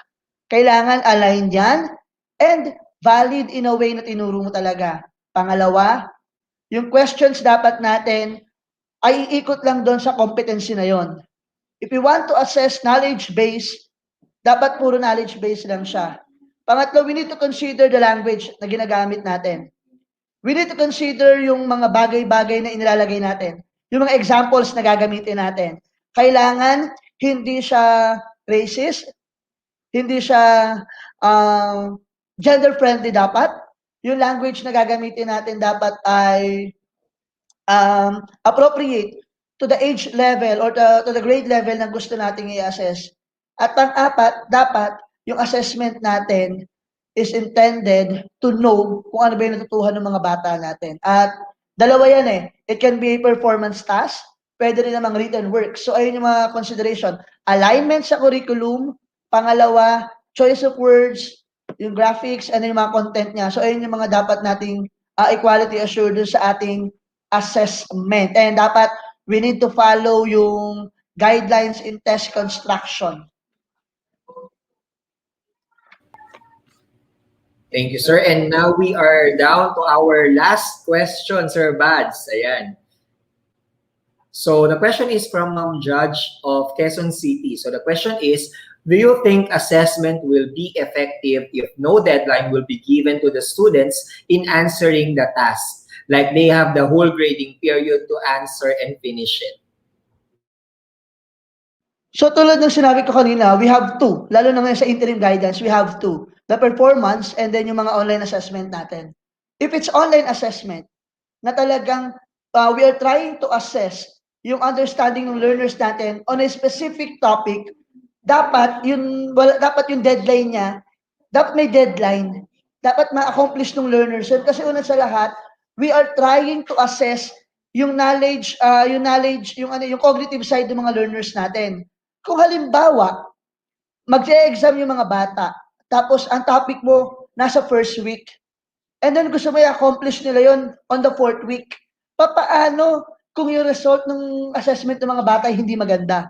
So, ibig sabihin, they were not able to absorb yung mga topics and mga ideas na tinuro mo. In return, bumagsak sila or mababa yung performance nila. So, hindi na natin mahahabol yun. Kaya nga dapat, if we give assessment, we need to give them immediate feedback. And to be able for us to give immediate feedback, we need to set deadlines. Lalo na sa mga exam. Sa performance test naman, dahil kadalasan ng performance test natin ay we are using rubrics kasi. Ano pinagkaiba? Sa performance test kasi, we are bound to follow or we are bound to grade using rubrics. So, kumbaga, meron tayong mga indicators. Pwede yan, ay medyo mahaba yung deadline or hindi kasi pwedeng walang deadline. Habaan lang yung deadline kasi ito naman ay output. Yung kasing ideas ng bata will translate dun sa output nila. So, at the end of the day, ganito niya pala in-interpret yung topic namin, yung lesson namin. So, yung interpretation niya nun, nag-transfer siya dun sa output niya. So, ayun yun. So, siguro kung performance task, okay lang na medyo ma-delay. Pero if you're trying to assess yung cognitive side o yung understanding ng bata natin dun sa mga lessons, dapat may deadline tayo to give immediate feedback and to make necessary changes on how we deliver the lesson. Yun lang po yung sagot ko rin sa last question. Thank you for that question. Okay, so thank you very much po, Sir Bads. And right now, we will be posting the evaluation that you can now answer regarding with our talk and as well as the speaker, Sir Salvador Ayman-Ansala the first. Yes, take note po na this is the official evaluation session for our presenter for the PM session. Yes, so habang kayo po ay nagsi-screenshot, so babawasan na po natin ating mga shoutout. Yes. So shoutout po sa Don Alejandro Roses Senior Science and Technology, Ray Sapon, then Edna Banaga of San Francisco High School, Emmy Danao of Quezon City Science High School. Okay, pa-shoutout din po sa Team Kape and Team Cameron Teachers ng GDPES. Greeting ito from Ma'am Maribel Bulalaya. Ayan. So dagdag ko lang po, no, from STO Nueva Ecija, Aliaga Annex, PSTS Apollo A. Lactao, ng Aliaga Central School, Principal 2, Dr. Annalisa G. Monse, and all teachers of Aliaga Central. Hello po sa inyong lahat. Ganun din po, no, sa head teacher na sa MAPI teachers ng Quezon National High School and its head teacher Maria Donna Casejo, School Principal Valisa Bique Vada from SDO Quezon. Ayan, and also shoutout po sa De La Paz National High School from SDO Binyan City. Then also si Ma'am Jobel Mexico Manungsong ng Pamplona Central Elementary School in SDO Las Piñas. Then Alaska Elementary School, SE3 Cebu City Division from Sir Ardel. Then, also shoutout po sa SDO Nueva Ecija, Aliaga Annex PSDS, Apollo A. Lactao, Aliaga Central School, Dr. Annalisa G. Monse from Ma'am Monique. Yes, hello din po sa mga teachers from Digos City Division. And this is from Teacher Broadcaster of Digos City Division. Hello daw po sa inyong lahat. Hello din po, no, kay Sir John Paul Mejia of Tandang Star National High School, TSDS Luis M. Hermina of Santa Cruz District of SD Laguna. From Sir Mark Anthony po ito, Paloma. Okay, and also Sir Enzo Nicolai T. Teves of Sir Enzo Nicolai T. Teves High School Division of Bayawan City, Negros Oriental. Hello po sa mga taga-STO Bulacan, Bulacan Districts, pangunguna ng supportive Supervisor Dr. Priscilla SM Navarro ng Matungong Elementary School. School head po nila si Ma'am Maria Lourdes Marcelo at sa lahat ng teachers na naka-tune in ngayong araw from SDO Bulacan. Hello po sa inyo lahat. Opo, and also sa Botolan North Integrated School, Botolan District, SDO Zambales.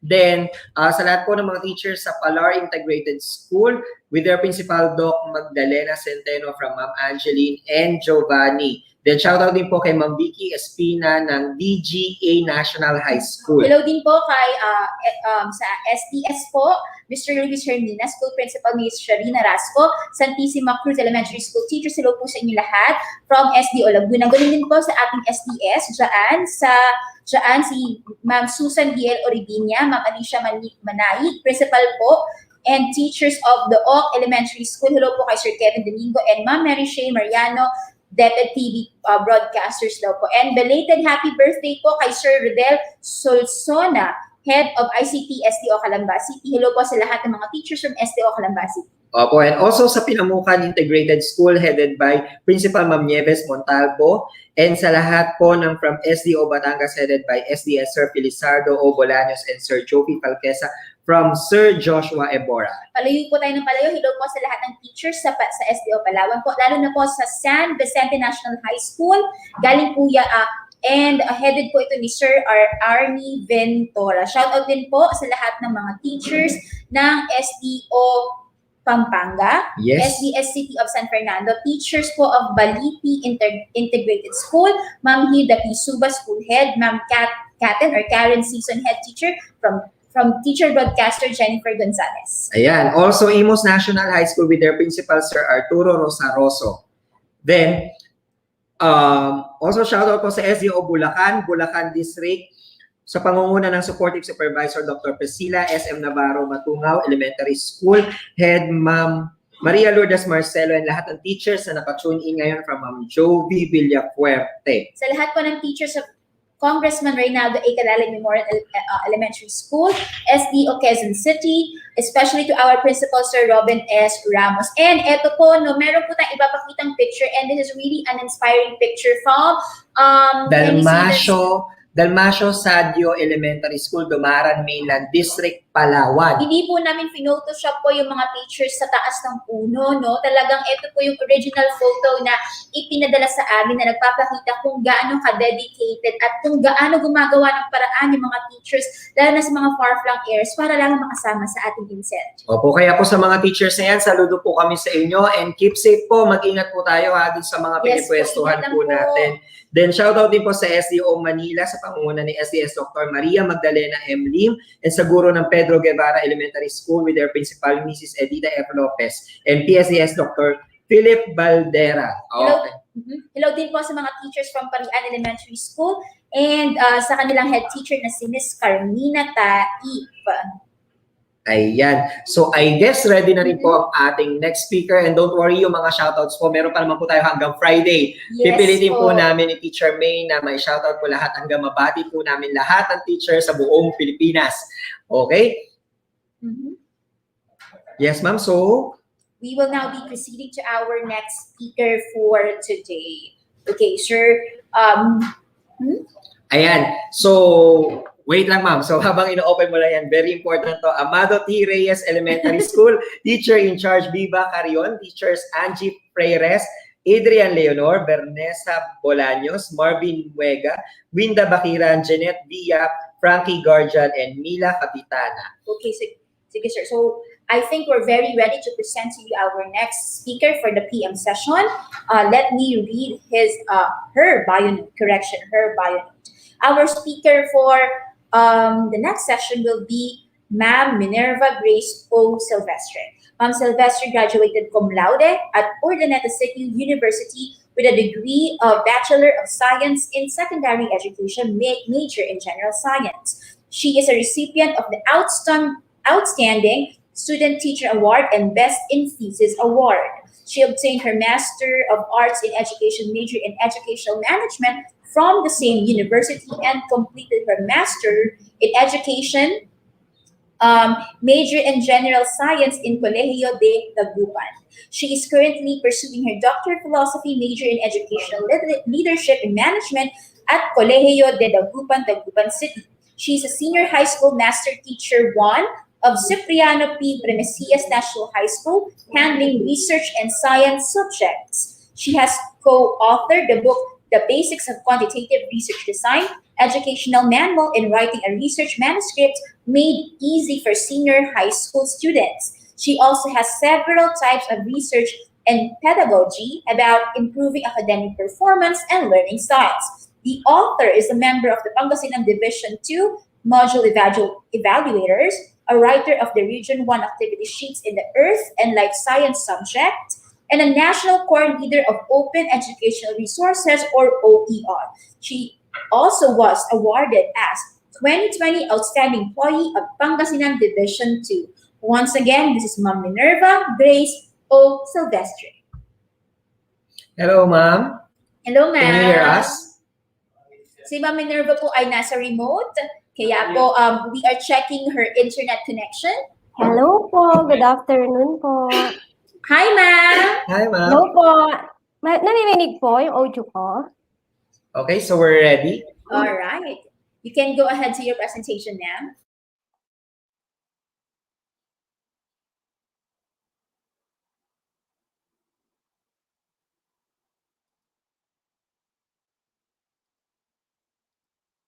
Oops.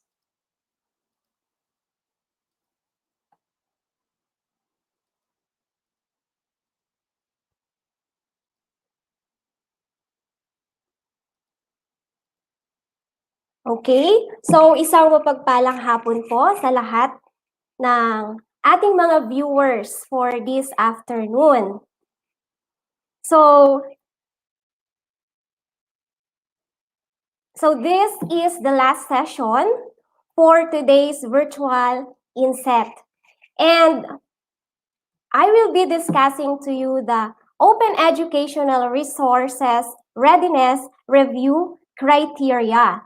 So kung meron po tayong mga self-learning materials and we wanted it to be converted into ebook, makakatulong po sa atin ang session na ito. So our terminal objective at the end of the session, the participants will be able to evaluate the readiness of a self-learning material for conversion to ebook. And our enabling objectives are the following. First, discuss the OER readiness review criteria. So we need to consider the 8 criteria which will be discussed later on para pumasa ang ating mga SLMs at ma-convert siya into ebook. The second one, reflect how the OER project criteria compares with DepEd LRMDS Educational Soundness General Evaluation Criteria and LRMDS Evaluation Sheet for Non-Print Resources. We will also see the alignment of this OER criteria at LRMDS. And lastly, we are going to rate the potential effectiveness of a self-learning material. So I know, teachers, na tayo ay nagsulat ng ating mga self-learning materials na gagamitin ng ating mga students. So, the pandemic or itong coronavirus na ito po, it has become a global health issue. And it has had a great impact sa ating pong education. Up to this date, wala pa pong face-to-face classes na nangyayari sa ating bansa. So with that, our department, the Department of Education, introduced the different learning modalities. And I know we are familiar of those modalities, which includes online learning, modular distance learning, the blended learning, and of course, the radio-based and TV-based instruction. Ayan. So, last year, October 2020 po, ang kagawaran ng edukasyon together with the UNICEF and Intellimina conducted a training workshop for the DepEd UNICEF OER ebook or ebook development project. So, ang training na ito po nahati sa dalawang module. Yung first module, they trained us how to evaluate the self-learning materials. So, yun nga po yung i-discuss natin, the 8 criteria. And yung second module po is the ebook development. After evaluating those self-learning materials, pag pumasa po siya sa evaluation, then i-convert po siya sa. And we have yung ibang SLMs po na na-evaluate ay nasa DepEd Commons na po at pwede na pong i-access ng ating mga students and teachers. Okay, so we have OER or Open Educational Resources. What are these OER? I know naririnig po natin ito. These are teaching, learning, and research materials in any medium, pwede po siyang digital, that reside in the public domain or have been released under an open license that permits no-cost access, use, adaptation, and redistribution by others with no or limited restrictions. In short po, libre na gamitin ng guro at ng estudyante ang mga materials na nasa public domain or yung mga open educational resources natin.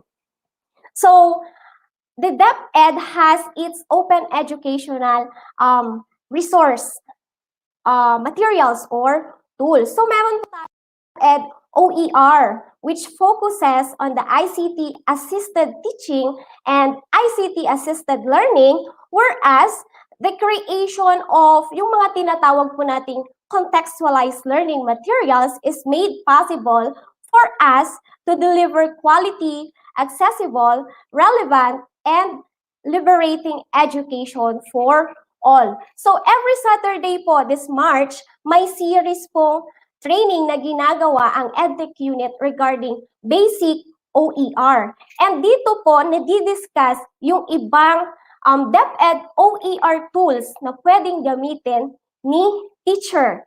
And these tools include, meron po tayong Kiwix. And this Kiwix is an offline version of Wikipedia 2016, which is hindi po siya pwedeng i-edit. Another, meron din po tayo nung Kulibre. This Kulibre, it is a Python-enabled software na kung saan it houses numerous OER materials. And ang maganda po dito, we can use this offline. So, pwedeng-pwede po siya sa remote places. Okay.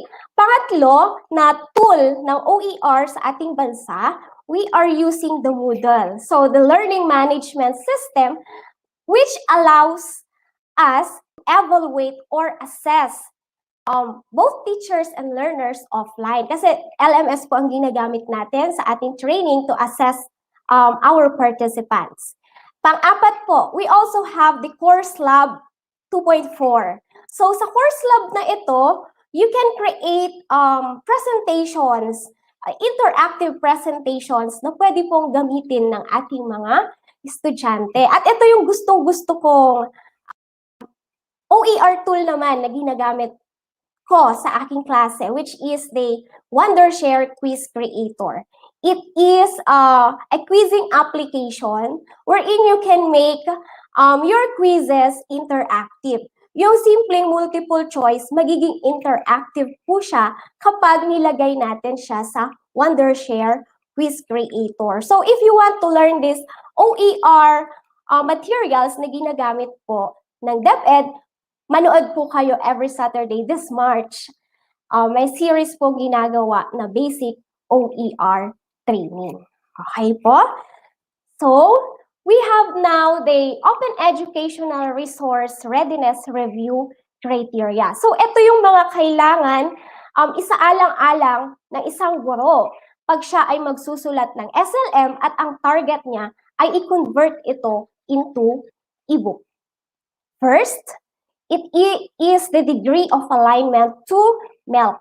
I know every one of us, familiar tayo sa most essential learning competencies na tinatawag natin. And may dalawang standards tayo na dapat pakatandaan pagdating sa MEL. Of course, the content and the performance standard. Okay. For the second criteria, we have the nature of license. So yung mga naunang nag-speak po sa akin, dun kanina sa video editing, na-discuss nila ang copyright issues, which is very important pag tayo ay nagsusulat ng ating SLM. So we will be discussing this mamaya po. Mas palalawakin natin yung kaalaman natin regarding this nature of license. Okay, for the third one, we have the quality of explanation of the subject matter. Pang-apat po, cultural relevance. It is very important for us na pag tayo ay nagsusulat ng ating SLMs or ng kahit anong lesson po natin, may integration po tayo ng culture. The fifth one, utility of materials designed to support teaching. Pang-anim po, the quality of assessment, which is kadi-discuss lang ni Sir Salvador. The quality of exercises. May assessment na, may exercises pa. So, if you can observe our SLMs, iba yung assessment natin sa mga exercises na pinapresent po natin sa ating mga materials. And lastly, the opportunities for deeper learning. So, dito po matatakot natin, tinatawag natin 4 C's. The collaboration, the critical thinking skills, the communication, and the creativity skills of our learners. Okay. So, let's see. May alignment ba yung OER criteria sa DepEd LRMDS? Yes, meron po. Hindi siya basta-basta ginawa. Inalign na din siya sa ating DepEd LRMDS. So, the table below reflects how the OER project criteria compares with the DepEd LRMDS Educational Soundness General Evaluation Criteria and LRMDS Evaluation Sheet for non-print resources. Okay, so let's have the first criteria. So the first criteria under OER is the alignment with the most essential learning competencies. So this criteria is aligned to LRMDS Evaluation Criteria number 8, which states that it reflects the profile of the target learner or users. So when we write our SLMs, pag po tayo ay gumawa ng ating SLM, it is very important for us to consider who are our learners. We have different grade levels of our learners. So napakahalaga po na i-consider po natin yung bagay na yon. And for the non-print resources, it is aligned to factor 1, which is content. Okay, another alignment for OER criteria 1 alignment with MELCS is LRMDS criteria 11. This criteria, sabi po niya, the target learners or users are clearly identified. So, kailangan alam mo ano yung academic level ng estudyante mo. Saan siya nabibilang? Nasa average ba siya? Okay, so yun po, kailangan alam natin. Another is, you must also know their technical skills. Saan magaling yung estudyante mo? Magaling ba siya sa pag-awit? Magaling ba siya sa pagguhit? Magaling ba siya sa paggawa ng kanta? Okay, so kailangan alam mo yung technical skills na kayang gawin ng iyong mag-aaral. And of course, mahalaga din na alam mo ang demographic address ng iyong learners. And it is also aligned to criteria 14, which is the prerequisite knowledge skills are clearly identified. Okay, so kailangan alam mo kung ano yung prior knowledge ng estudyante sa lesson na pinapresent mo sa kanya. For example, your lesson is about balancing equation and chemical reaction. So, kailangan, ang prerequisite skill doon, alam dapat ng estudyante mo ang topic na naming compounds. So, kailangan yun yung mga tinitignan po natin pag tayo ay gumagawa ng ating SLMs under this criteria alignment with the most essential learning competencies. Okay, so again, under non-print resources, naka-align po siya sa factor 1, which is content. Okay po. So for our second criteria, which is the quality of explanation. So this criteria, OER criteria, is aligned to LRMDS criteria 1, criteria 2, criteria 3, 4, 5, and 16. Okay, let's have first criteria 1. Content is accurate. Of course, it is very important for us that the ideas presented sa ating pong SLMs ay totoo, it is true and correct. Okay, so lagi po natin pakatatandaan yun. The second one, it supports learners' deepening of knowledge. So, explanation doon sa self-learning materials natin, it will broaden the understanding of our learners in a given topic. And for criteria 3, presents controversial issues with balance and fairness and in accordance with the DepEd curriculum policies. For example, you will present a social issue in your class, for example, the LGBT community. So, in presenting that issue, always remember na dapat may equality sa both parties. So, hindi po tayo dapat bias, and of course, aligned pa rin siya sa DepEd curriculum policies. Okay, so for LRMDS non-print resources, it is aligned to factor 1 content, factor 3 presentation and organization, and factor 4 accuracy and up-to-datedness of information. So from time to time, let's check kung updated po ba yung mga information na binibigay natin sa ating mga learners. Okay, another alignment to LRMDS criteria is criteria 4, 5, and 16. Okay, 4 and 5, medyo related po ito. So for 4, uses language and symbols of the content domain. And for 5, correct and appropriate use of terms and expressions, symbols and notations, diagrammatic representation, and graphical representation. So what does this mean? It means na kung tayo po ay maglalagay for example, sa language na gagamitin natin, sa symbols na i-represent natin, sa diagrams as well as sa graphics na i-represent po natin, kailangan alam natin yung level, grade level, or yung level ng student natin. So, hindi siya ganun kasimple para sa grade level niya at hindi din kahirap para sa grade level niya. So, tamang-tama lang para sa kanilang grade level and also as well as their academic levels. And last po is the LRMDS criteria number 16.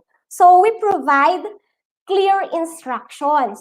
So, of course, kailangan when we give instructions or directions to our learners, the purpose, the process, as well as the intended outcome, kailangan nadidiscuss po natin yun ng mabuti sa ating mga learners. So, same lang po siya sa non-print resources criteria. So, factor 1, 3, and factor 4. So, in terms of cultural relevance naman po, so, cultural relevance criteria under OER is aligned to LRMDS evaluation criteria number 22. So it says there, equivalent or alternative access to information is available for learners with diverse needs. So sa isang klase po, alam natin yan, diverse po ang ating mga learners. Magkakaiba po yan. So first, identical content or activity is presented in different modalities. For example, you present the same activities but using diverse modes or iba't ibang modes.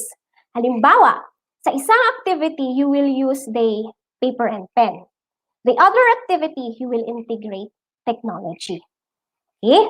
For the second one, different activities that achieve the same learning outcome are available. So you can present various activities but accomplishing the same learning objective. Meaning, iba-iba yung activities na pinapresent mo, pero iisa lang yung tinatarget nating objective. So, para siyang sa degree of difficulty lang nagkakaiba. So, di ba, sa mga learning activities natin, gumagawa tayo ng mga easy activities, ng mga average activities, and challenging activities. So, for the LRMDS non-print resources, it is aligned to factor 1, which is content. Okay? And susunod po na criteria sa OER, we have the utility of materials designed to support teaching. So this is aligned to criteria, LRMDS criteria number 6, states that we utilize differentiated instruction. So madaming researches ang nagsasabi that differentiated instruction is effective in delivering our lesson. So you design instruction in order for you to meet the individual needs of your learners. You can group your learners based kung saan sila magaling. You group, you differentiate the instruction, magkakasama yung mga magagaling sa music, magkakasama yung magagaling sa language. Okay, so that's differentiating instruction. And for the LRMDS criteria 7, uses content in ways that are real life.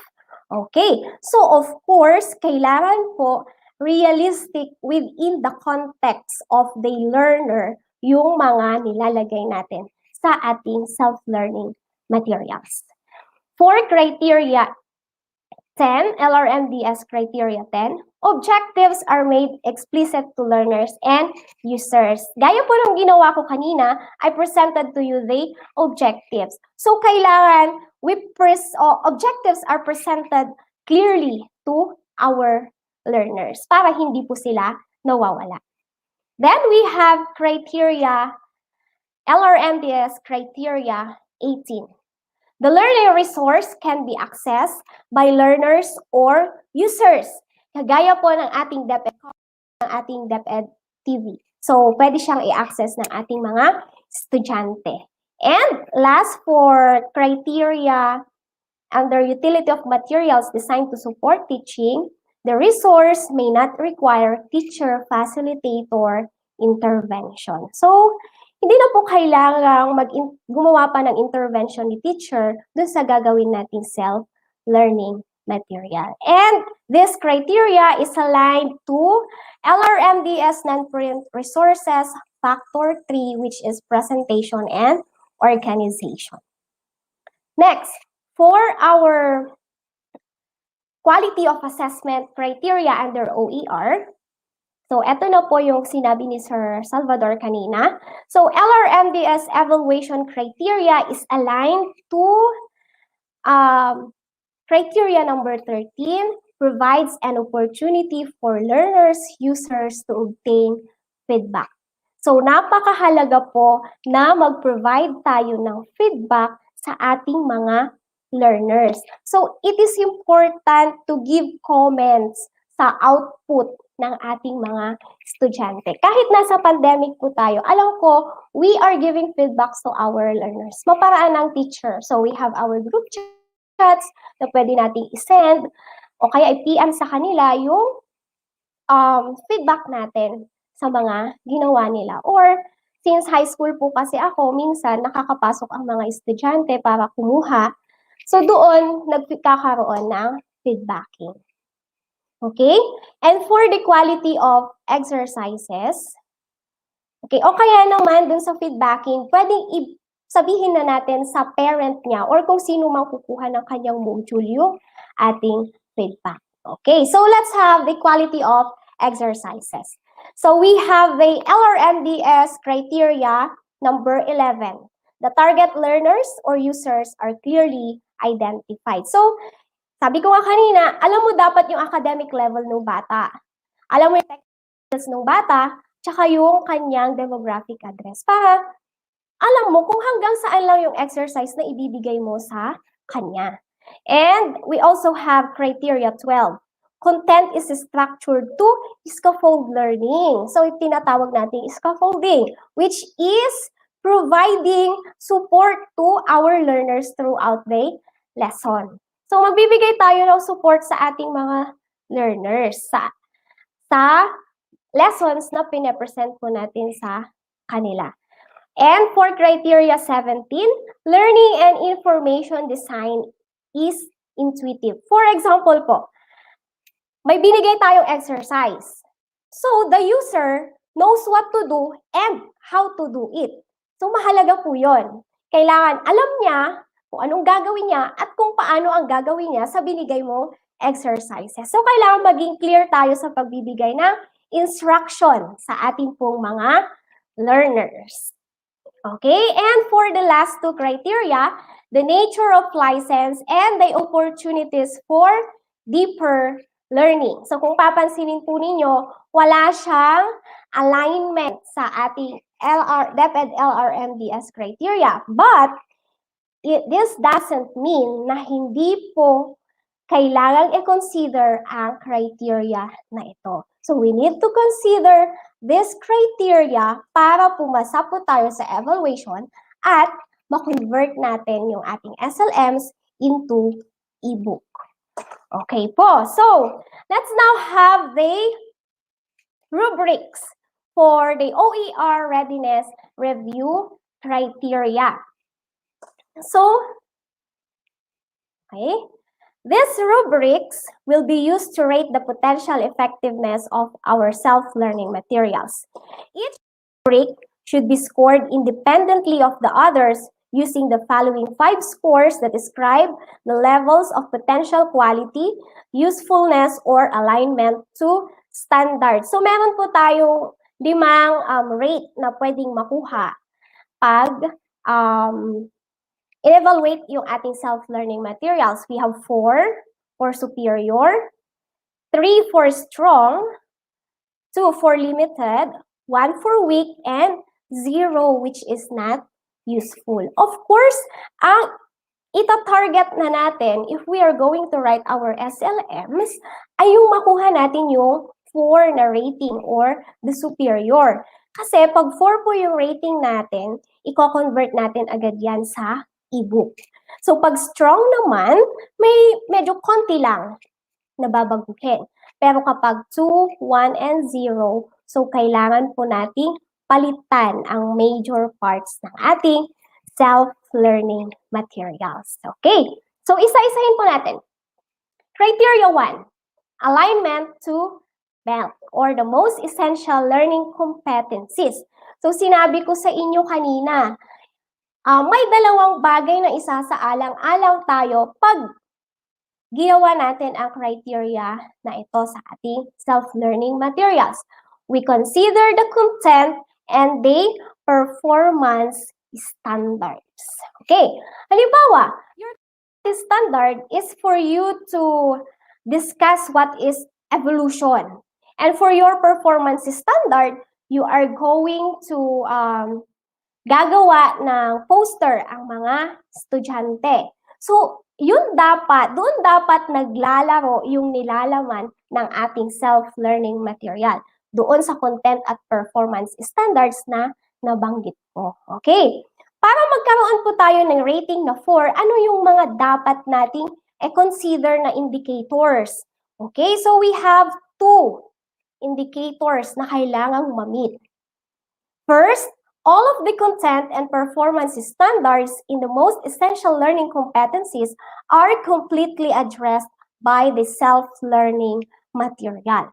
So, natakal mo dapat yung content at performance standard.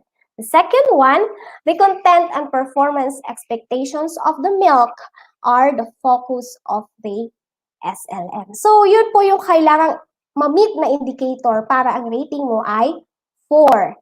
And for a rating of 3, SLM has a strong alignment for either one of the two reasons. Pwedeng minor elements of the milk are not addressed in the object or objective, or yung content tsaka performance standard mo, minor lang yung alignment sa SLM. So, dapat naka-align talaga yung content and performance standards po natin. Okay, a rating of 2 or limited. If a significant part of the content or performance expectations of milk is not addressed in the object or objective, but there is fidelity to the part it does cover. So, limited po yung natakal natin sa content and performance standard. Then, a rating of 1 naman kapag minimal lamang yung natakal natin sa content and performance standard. And a rating of 0, ang sakit naman kung ang rating ng SLM mo ay 0. So, not useful kung hindi man lang siya nag-match sa content and performance standard. So, take note po, kailangan kung gagawa tayo ng SLM, basahin na natin yung indicators for criteria 4 para makuha natin or ma-evaluate natin, ma-convert natin agad yung ating SLMs into ebook. So that's for criteria 1, alignment to milk.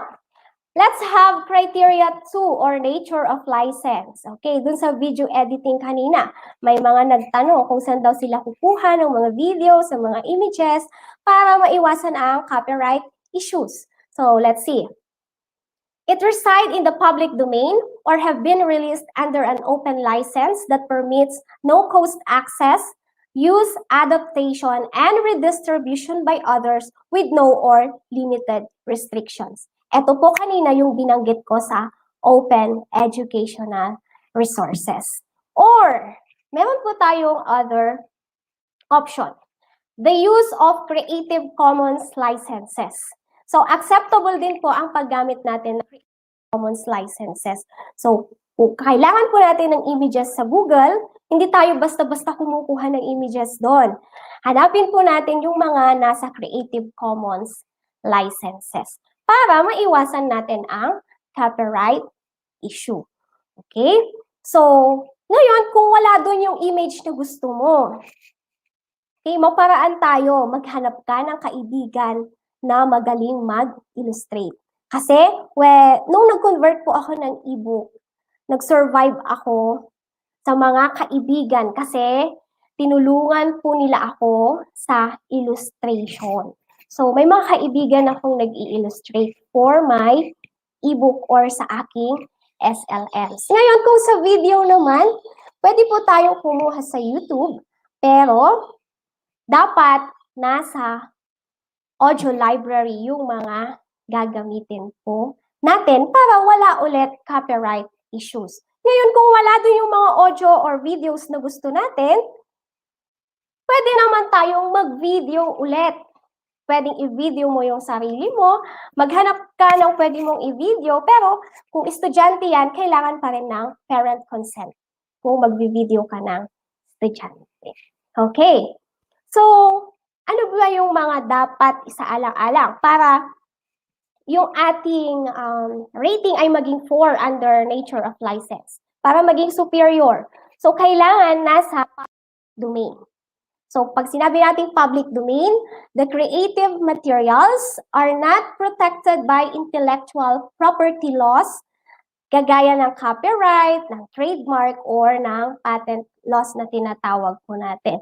The public owns the materials, kagaya po ng Creative Commons. Okay, the public owns the materials. Kasi pag sinabi po natin Creative Commons, it allows educators to freely and legally share their work. So yun po kapag nasa Creative Commons licenses tayo.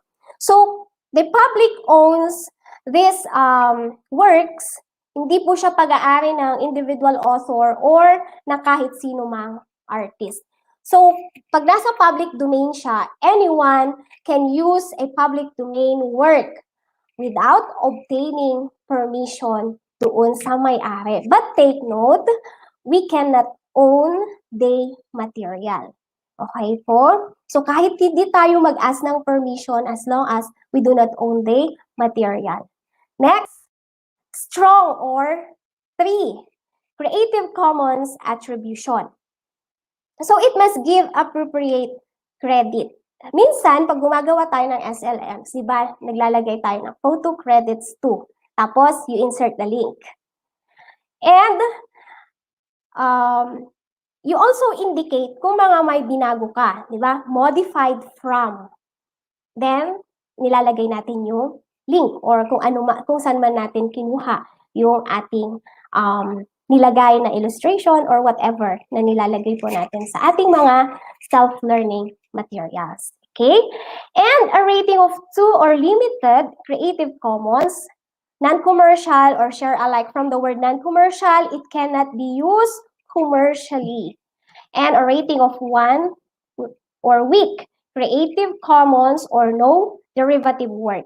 So if you remix, transform, or build upon the material, you may not distribute the modified material. So kung nag-remix po tayo ng material, so hindi po natin siya pwedeng i-distribute.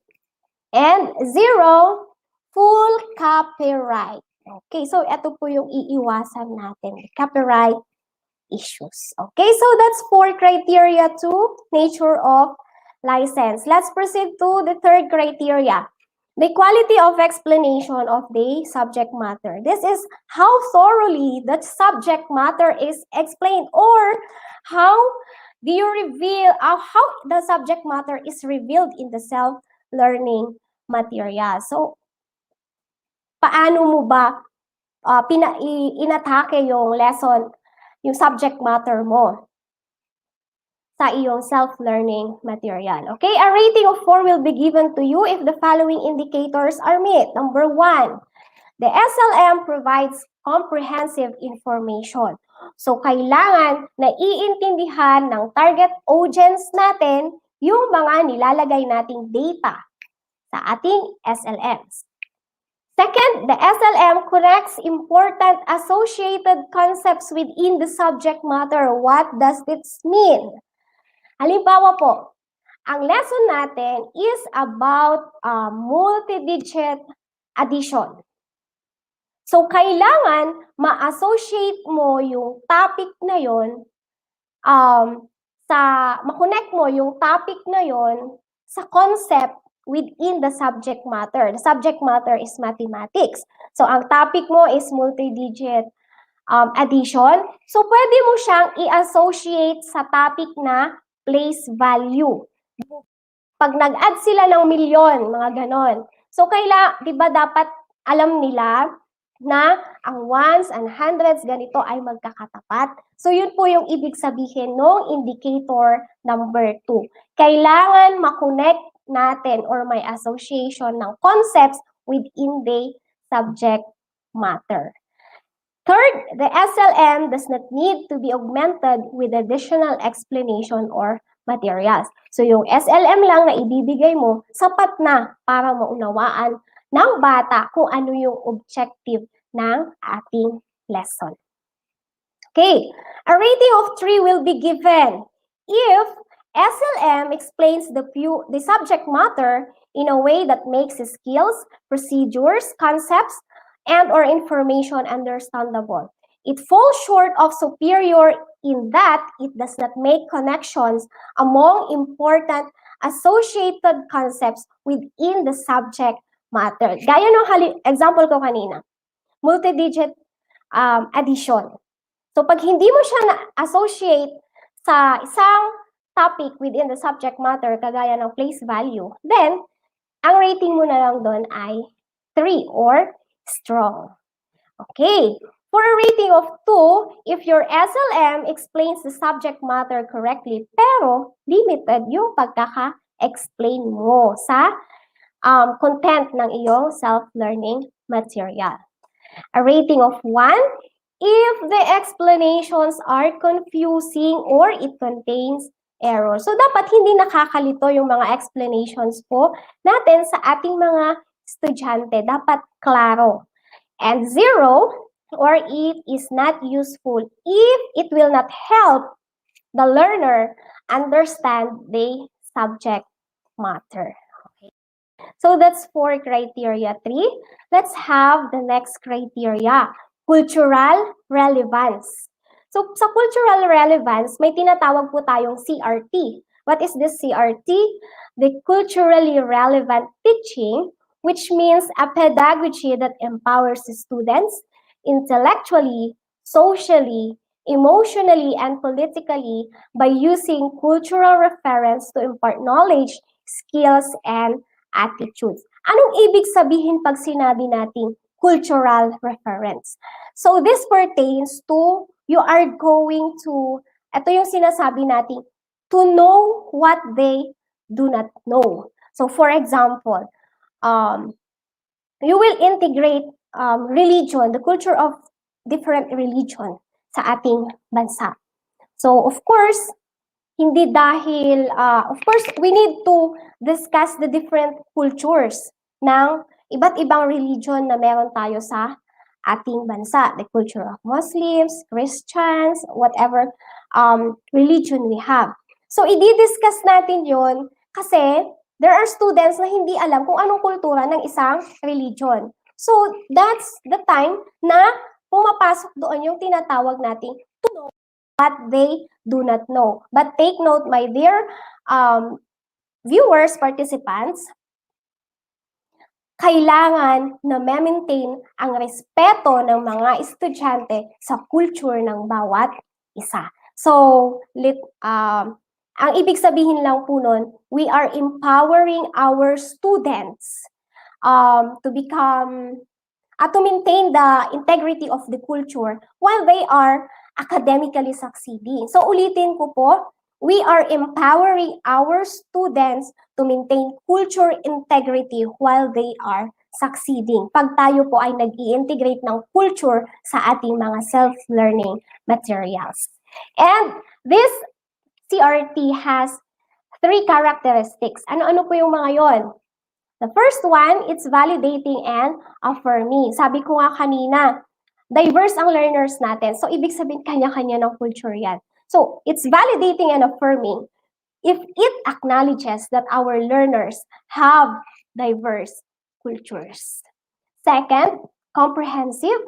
It is comprehensive if it uses cultural resources to teach the knowledge, the skills, the values, and attitudes of our learners. And it's multidimensional naman po if it applies multicultural theory to the classroom environment, the teaching methods, and evaluation. So that's for cultural relevance. So how will you get a rating of 4 under this criteria? Superior kapag na-meet mo yung tatlong characteristics. Validating and affirming, comprehensive, multi-dimensional. Okay. 3 naman, kapag dalawa lang doon sa CRT characteristics ang na-meet mo. 2, kapag iisa sa CRT characteristics. 1, kapag it appears to be designed to provide some of the CRT characteristics. So, may natakal ka paunti-unti sa CRT characteristics.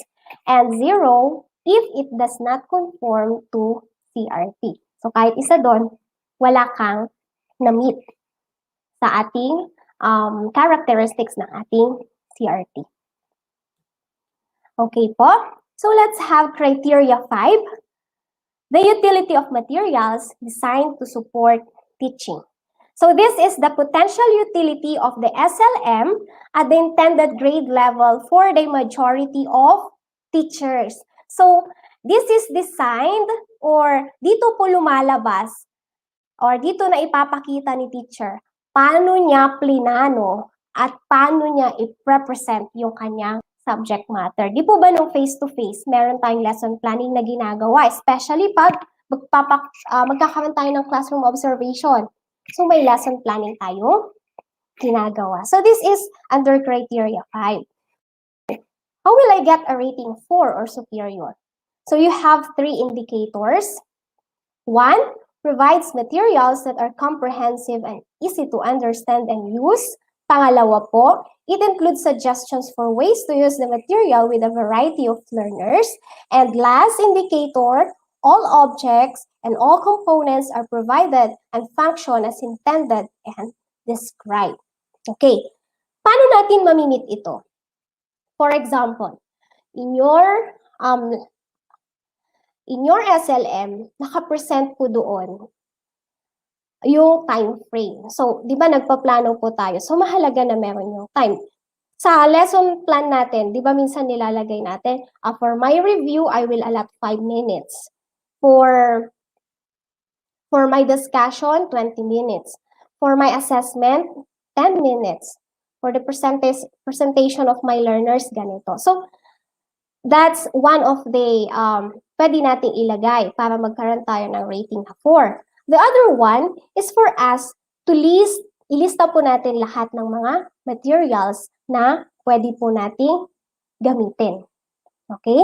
So, kung kailangan nila ng paper, so ilista po natin. Kung lahat ng mga materials na kailangan nila ay dapat nakalista and kailangan may clear explanation po tayo. Okay? 3 naman ang rating if the SLM offers materials that are comprehensive and easy to understand and use but fall short of superior for either one of the 2 reasons. Pwedeng the objective includes suggestions for ways to use the materials with a variety of learners, or some of the core components are underdeveloped in the object. O kaya naman, hindi natin nailagay yung mga materials na kailangan ng ating mga learners, or wala tayong clear instruction na present sa ating mga estudyante. Okay po. For a rating of 2 or limited, an object is rated limited for the utility of materials designed to support teaching if it includes a useful approach for idea to teach an important topic but falls short of strong for either one of the 2 reasons. Yung una, nawawala yung mga mahahalagang elements ng ating discussion. Pangalawa, important elements do not function as they are intended to. And weak ang rating natin if our SLM is confusing or ang dami pong errors na makikita at ang planning or preparation po natin ay hindi po maayos o kaya hindi na preset. And 0 or not useful, simply not useful po yung ating SLMs pag ganun. Okay, for criteria 6, assessment. Okay, quality of assessment, hindi nawawala yan kapag kahit sa face-to-face may assessment po tayo ginagawa. So this is the property of the process of documenting and using empirical data, the knowledge, skill, attitudes, and beliefs to refine programs and improve student learning. So this part, ang assessment, it is designed for us to determine what the student know before, during, and of course, after the presentation of our SLMs. Diba? Meron po tayong pre-test, post-test, meron pa tayong mga formative assessments. Okay, paano magkakaroon ng rating na 4? Medyo madami-dami ang indicators natin. 1, assessment aligns clearly to the objectives. So, kailangan kung ano yung nasa content standard and performance standard natin, yun yung ina-assess po natin. For example, your objective is to discuss evolution and your performance task is pagawan sila ng poster, then dapat nasa assessment po natin yun. So pag dumating tayo sa assessment, go back to your objectives para alam po natin kung ano ang dapat nating i-assess and for us to know nakuha ko ba or na-target ko ba yung objectives ko? Kasi baka mamaya, hindi pala. Okay. The second one, nothing is assessed that is not included in objectives.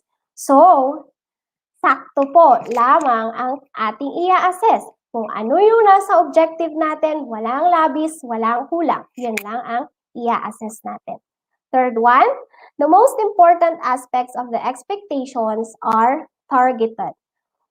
4, The assessment modes used in the object require the student to demonstrate proficiency in the intended concept or skill. Ang dami pong na-discuss kanina ng unang speaker bago po ako regarding assessment modes na pwede po nating gamitin. Pero take note, kailangan na mi-measure yung proficiency ng ating mga estudyante dun sa skill or concept na gusto po nating i-evaluate sa ating mga learners. So, pwede po tayong gumamit ng group work na assessment o kaya selected response na assessment or the long and short constructed response. So, yung mga yun po. Lastly, level of difficulty is a result of the complexity of the subject area, content, and performance expectations, and of the degree of cognitive demand. Okay, a rating of 3 will be given to you. Your SLM evaluates all the content and performance expectations, pero ang assessment mode na ginamit natin, it does not measure or evaluate the proficiency of the learners. So, kailangan naka-stick pa rin po tayo sa content and performance standards po natin. Okay? 2 or limited. SLM assesses some of the content or performance expectations, pero may mga tinanggal po tayo na kailangan ma-assess natin. Okay, so again, babalik at babalik po tayo sa content and performance standard natin or sa ating objectives pag tayo po ay mag-a-assess na. And 1, if the SLM assessments contain significant errors. A rating of 0 or not useful naman. 0 naman kung hindi maayos or hindi makakatulong yung ating assessment sa quality of sa ating SLMs. Okay. Ayan, criteria 7.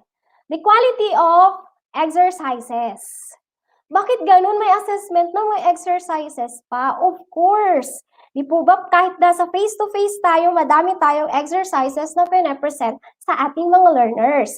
The availability of these practices strengthen the specific skills and knowledge. So anong gamit ng ang daming exercises?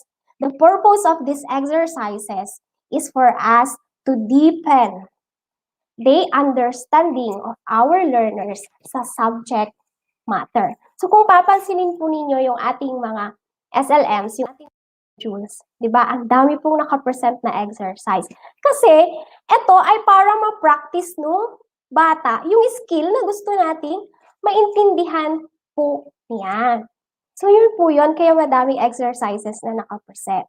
So, a rating of 4 or superior if the object offers more exercises than the needed for the average student. So kung mas madami po tayong present na exercise kesa doon sa for those average students, so 4. Another indicator is the exercises are clearly written and supported by accurate answer keys.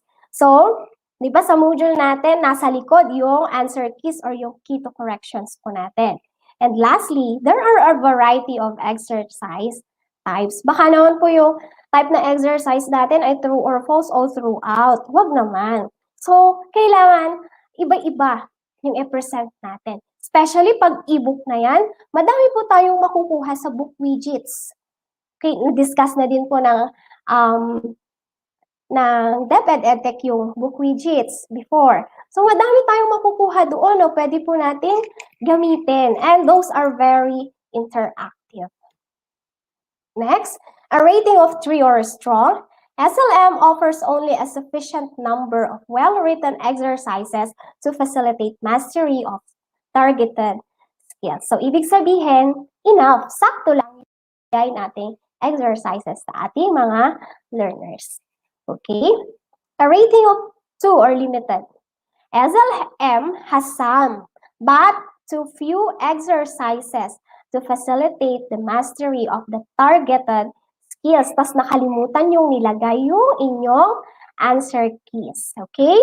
A rating of 1 if the exercises provided do not facilitate the mastery of the targeted skills. So, babalik at babalik pa rin po tayo pag gumawa tayo ng exercises sa ating objectives.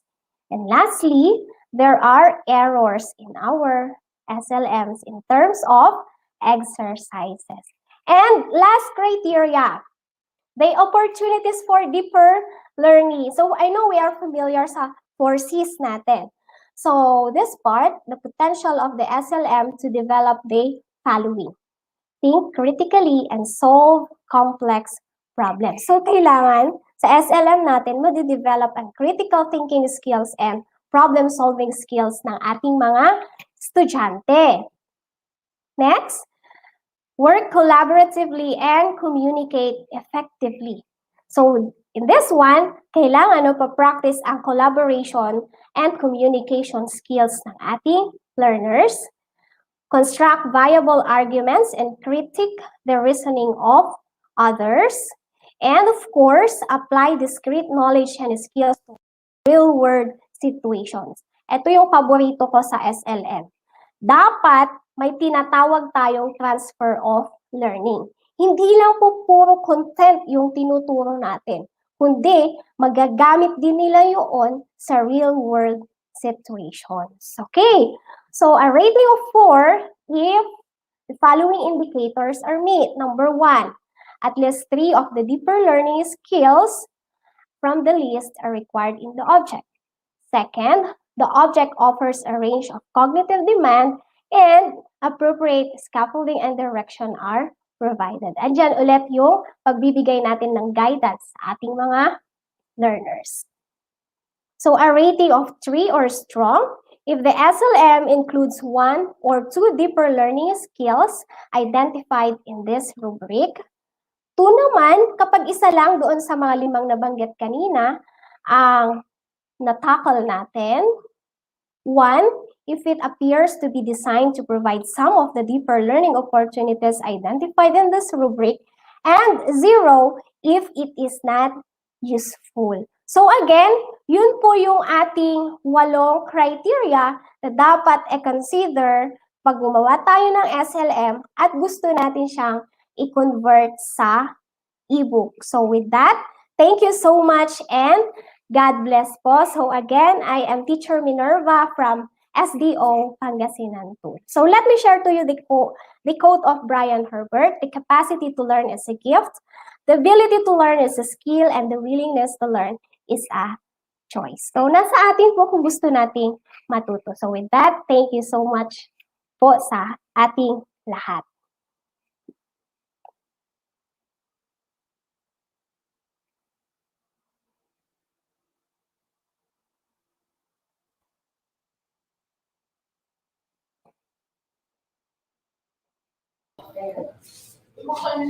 Yes, thank you very much, Ma'am Minerva Grace Obra Silvestre. No? So, ngayon nakita natin that there are actually ways pala that we can do with our OER readiness review. Yes. Diba? So, At ang dami nating natutunan, sir, no? At may levels pala yun, no? Ngayon ko lang natutunan na may levels pala na dapat natin i-identify at i-recognize. yes. And with that, we would like to inform our teachers na if ever you have questions po for Ma'am Minerva, you may now send in your questions para po mapili na natin yung first 5 na questions na dadating. Then, it will be posted and it will be answered by Ma'am Minerva. Yes. So, while we are waiting for that, we're going to have a recap of our day 2 session. So, this morning, Teacher May, we started with our talk about DepEd TV. Medyo bumalik tayo dun sa past kasi tinignan natin yung mga educational shows na naging part ng kabataan natin, di ba? So we had a visit with our memories ng bata tayo, and we really reminisced with the episodes that we really love. Hanggang ngayon, diba? We miss these episodes, these TV shows, at yung purpose ng mga TV shows na yun ay binubuhay ng DepEd TV. Yes, so na-discuss din natin kanina yung video editing techniques na tinuro sa atin ni Sir Neil. And with that, sobrang nakakatuwa, no? Kasi ang dami ng mga teachers na nagpo-post sa Facebook na nakagawa na sila ng sample video nila. Yes. And of course, ang pinaka-nakakatawa pa, hindi, actually, pinaka-nakaka-proud Nahihiya na ko po. is ako po yung nakikita ko. Ah. So, alam mo naman sa Facebook, di ba, may auto tag. So, every time yata na nakikita ni Facebook yung mukha ko, automatic na auto tag ako, nanonotify ako na merong mga teachers na nag-upload ng mga video nila. And sana po one of these days, no, alam naman namin na mahirap ang video editing. Hindi yan pwedeng aralin in one day. It is actually a skill na kapag pre-practice, talagang matututo tayo kasi parang it's a process na habang nagtatagal, doon ka natututo. And then what did we learn with the video editing techniques by Sir Neil, no, na hindi lang tayo nakukulong sa pagtuturo. Right now, no, we have to adopt to different skills at eto nga na video editing. Kasi nga, in the future to come, no, hindi naman natin kailangan na face-to-face na naturuan yung bata. Though it helps and though it's a different feeling sa bata, na face-to-face ang teaching. Pero we will come to a time na talagang kailangan din nating mag-adapt. Yes, and alam niyo po mga teachers, kapag marunong kayo mag-video edit, who knows, even yung mga birthday ng mga anak ninyo, mga pamangkin ninyo, pwede niyong gawa ng sariling video. Basta po meron kayong Windows 10, meron po dyan naka-install na built-in application ng video editor. At sir, hindi mahirap maghanap ng mga applications for video making. May CapCut dyan, may Filmora, may Wondershare. Sabi mo nga siya, meron mga built-in sa ating mga laptop na Windows editor. So, hindi na mahirap teacher. It's just the willingness, no, na matuto ng iba't ibang mga skills, lalo na ng mga bagong skills ngayon. Yes, and this afternoon naman, pinag-usapan naman natin is all about assessment. And nag-focus tayo for the online assessment kasi alam naman natin na ito yung kailangan ng mga teachers and ng mga students natin na diniscuss sa atin ni Sir Bad, sinimay-himay, in-specify kung paano natin mas mapapaganda pa ang online assessment. Tsaka talagang in-emphasize ni Sir Bads na even nasa online teaching tayo, importante pa rin na na-assess natin yung mga estudyante natin. Ayan. And syempre, yung pinaka-last topic natin, aantayin muna natin yung mga questions bago tayo magpunta dun sa ating wrap-up sa topic ni Teacher Minerva. Pero definitely, Ma'am Minerva really gave a comprehensive presentation. Thank you, Ma'am Minerva. Yes, even if nasa Pangasinan Yes. siya ngayon. Ayan, sobrang layo ni Ma'am, pero still, nakapag-share pa rin siya ng topic. Kaya naman, Ma'am, simulan na natin ang ating last wave ng ating mga pa-shoutout while we are waiting for the questions. Naku, marami-rami to, Sir Wilbur, no? Ayan, so, greetings sa Supervisor Ma'am Cynthia Marquez and to the School Head Maria Arandia, Byron Humawan, watching from Sariaya East Division of Quezon. Okay, pa-shoutout po ni Sir Glenny, no? Punta Engaño High School, teachers headed by Dr. Rowena G. Sagarino of SDO Lapu-Lapu City Division Region 7 Central Visayas. Hello po sa mga teachers dyan. Pa-shoutout din po sa mga Lapu-Lapu City 0365 Rangers, Coders, and Team Casters. Hello po sa mga teachers ng Kaunlaran High School, lalo-lalo na mga school staff nila, at ang kanilang principal, Dr. Cristina Castillo. Opo. Of course, Batasan Hills National High School with their principal, Dr. Proceso T. Lera, and the TLE department from Ma'am Mari Chuhite. Ayan. Then, shout out din po sa Del Pilar Elementary School, Alicia East District SDO Isabela from Sir Denmark. Pa-shoutout din po sa SDO City of Valenzuela, teachers of Manita Elementary School, Central District Supervisor Dr. Jersita A. Pangan, School Head Ma'am Nelisa A. Espinosa, Assistant Principal Elizabeth D. De Castro from Ma'am Shelani Nasilia. Ayan. Hello din po sa mga nasa Tala Elementary School, Caloocan at Caloocan National High School. Pagbati po from Sir Joey Villanueva. And also sa Biga Elementary School Division of Caloocan City, headed by Mrs. Lilia S. Oprin. Hello din po sa mga MAPI teachers ng Quezon National High School. Head teacher po nila si Ma'am Maria Donna Josejo, School Principal po si Ma'am Feliza B. Quevada. Ayan, from Sir Glenn Cacho Garce, watching from SDO 1 Pangasinan. Greetings from teachers of Tondol Elementary School and especially to their PSDS Edwin A. Ampler and School Head Cesardo Ladia. Shout out po sa SDO Birbinyan City SDS, Mrs. Edna Paula Agustin, teachers from Malaban East Elementary School. Head teacher po nila si Ma'am Marieta I. Faraon. Hello po from Ma'am Ara Gia Almarines. And of course, syempre sa Makati Science na nagtotalk si Sir Mark ngayon doon. Hello, Sir Hello Mark. po sa inyo. Sa Makati Science po and sa Makati Elementary School and as well as to their respective principals. Maraming salamat po sa pagsuporta Alam mo, sa sir, DepEd napakabait TV. ng principal ng Mac LM, no? Kasi nung nagsushoot kami dyan, napaka-accommodating talaga ni Ma'am. Yes, and as well as shoutout din po sa Manuyo Elementary School headed by Mrs. Irene C. Agar and sa supported PSDS and OIC and sa lahat po ng Manuyo Elementary School teachers from Sir Wilfredo Gagarin. So this is from Ma'am Mary Grace Panadero. Hello po sa mga teachers ng San Roque National High School. Happy birthday daw po kay Ma'am Renia Banes, school head po nila. Hello din po kay Ma'am Eva Marie Escambe, PSDS Busha ng Victoria District of SDO Laguna. San Antonio Elementary School headed by Sir Carlito T. Aducol. Shout out to Teacher Maria Fe Esperanza Parawan Tolentino and the kindergarten teachers of Guadalupe Elementary School ng Cebu City, especially sa school principal si Mrs. Serelina Lierin and greetings from Mrs. Riza Sonido. Shout out din po sa Dacanlao, Gregorio National High School, lalo na sa TLE Department headed by Mr. Donato Magboo. Yes, and also sa Kasambalangan National High School headed by Miss Wilhelmina Mata from Sir Joe Mar. Ito po ay greeting ni Ma'am Sherry La Peña po, teacher broadcaster ng SDO Bulacan. Hello po sa mga teachers ng SDO Malolos, City of Malolos, sa kanilang SDS na si Mrs. Norma Esteban, teachers from Balayong Elementary School, head teacher po, Sir Bernardo C. de Guzman, PSDS Rima B. Villacana. Hello po sa inyong lahat dyan Yes sa po. Malolos. Tandang Sora National High School, the TLE Department from Ma'am Precious, and also sa New Leyte Elementary School teachers with their active and loyal and lovable school principal Sir Ray Rosete from Sir Jason. Ayan po. And Hello po sa mga teachers ng Digo City Division with our SDS Ma'am Christy Epe. Pagbati po yan ni Ma'am Reziel Gutierrez ng Digo City National High School. ayan, from Sir Paulo, so shoutout po sa principal Ma'am Alejandra Messina from Lawang Kupang Elementary School, SDO Nueva Ecija. Okay, so hello din po sa mga taga-Katutig Integrated School from Sir Michael DepEd. Yan. And also sa Diadi Region High School of Cordon North District, SDO Isabela, and Team Salido, thanks po, and avid supporter of EdTech Unit si Sir Jos Dado. Hello po sa mga teachers ng division ng Carcar City, kasama na rin po ang mga subject specialist, program supervisor, lalong-lalo na kay Mrs. Maria Luz Arhabilin, and of course kay Dr. Ronald Butay, ang Division School Superintendent ng Carcar City.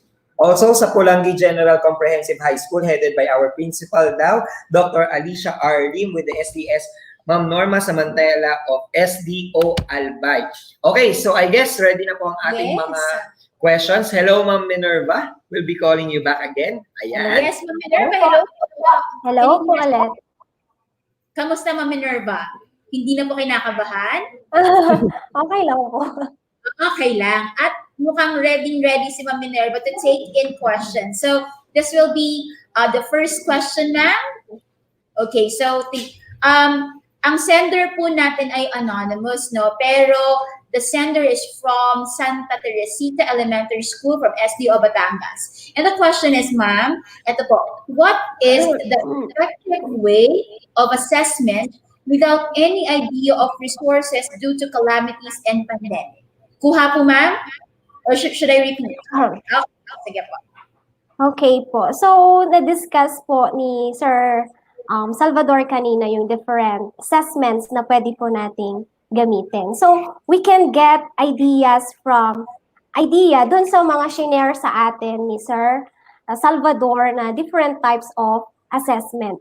So, another, we can use the book widgets. There are many interactive assessments na pwede po nating gamitin pagdating sa ating mga self-learning materials pag nasa ebook na po siya. Mm-hmm. That is right, Ma'am Minerva. And I think, even we will be confronted with different situations and scenarios, there will be an appropriate assessment, di ba po, no, Ma'am Minerva? So it is in the disposition. No, it's in the decision of the teacher what the assessment would be given the scenarios and the unique situations in his or her locale. Yes, ma'am. Okay, Sir Jeff, for the second question. Yes, ma'am. For our second question, so from George Payot Jr. of Leonardo National High School, Zamboanga del Sur. How open educational resources can benefit the society today? O, ma'am, pang-pageant yan. I agree. Hello po? Nakamute pa si ma'am. Sorry, nakamute. Hello Okay po, po. Okay po. So, sabi ko nga po kanina, ang OER, it's very beneficial. Bakit? Kasi, ang unang kino-consider kasi natin when we are writing our SLMs ay yung copyright issue. Tama po. So, kapag sa OER po natin kasi kinuha yung mga materials na ilalagay natin sa SLMs, wala po tayo yung copyright issue. Kasi nga, naka-public domain po yung ating mga materials doon. So, that's one na benefit ng OER. Another po, we can reshare. Pwede nating i-share yung mga OER materials natin. Another, yung 5 hours po ng OER, yun yung mga benefits na maibibigay sa atin nito OER. We can retain, we can reuse, we can revise the materials, remix, and redistribute. And very helpful po ito sa mga nasa last mile schools kasi we can use it offline. Ayun. Very good. That's a very good way to answer it, Ma'am Minerva. Now let's go on to our third question. Okay, so this is from Mark J.B. S. Viano of Alejandro F. Oliga National High School, Pangasinan, too. Okay.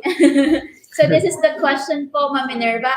How can we assure that the academic honesty or integrity in making those educational, how can we be assured that the academic honesty or integrity is in the making of those educational resources po? So, paano po natin masisigurado na yung mga ginamit ay yung mga ginamit ay may, sabi, the academic honesty and integrity in making those educational resources. So makikita naman po kasi natin kung ang isang material ay kinuha lang sa Google o kaya ni YouTube. Di po ba? Mapapansin yan. Kagaya nung nagpa-illustrate ako sa, hi po kay Teacher Maria Teresa na illustrator ko. Nagpa-illustrate ako sa kanya. Sinend ko sa kanya yung image.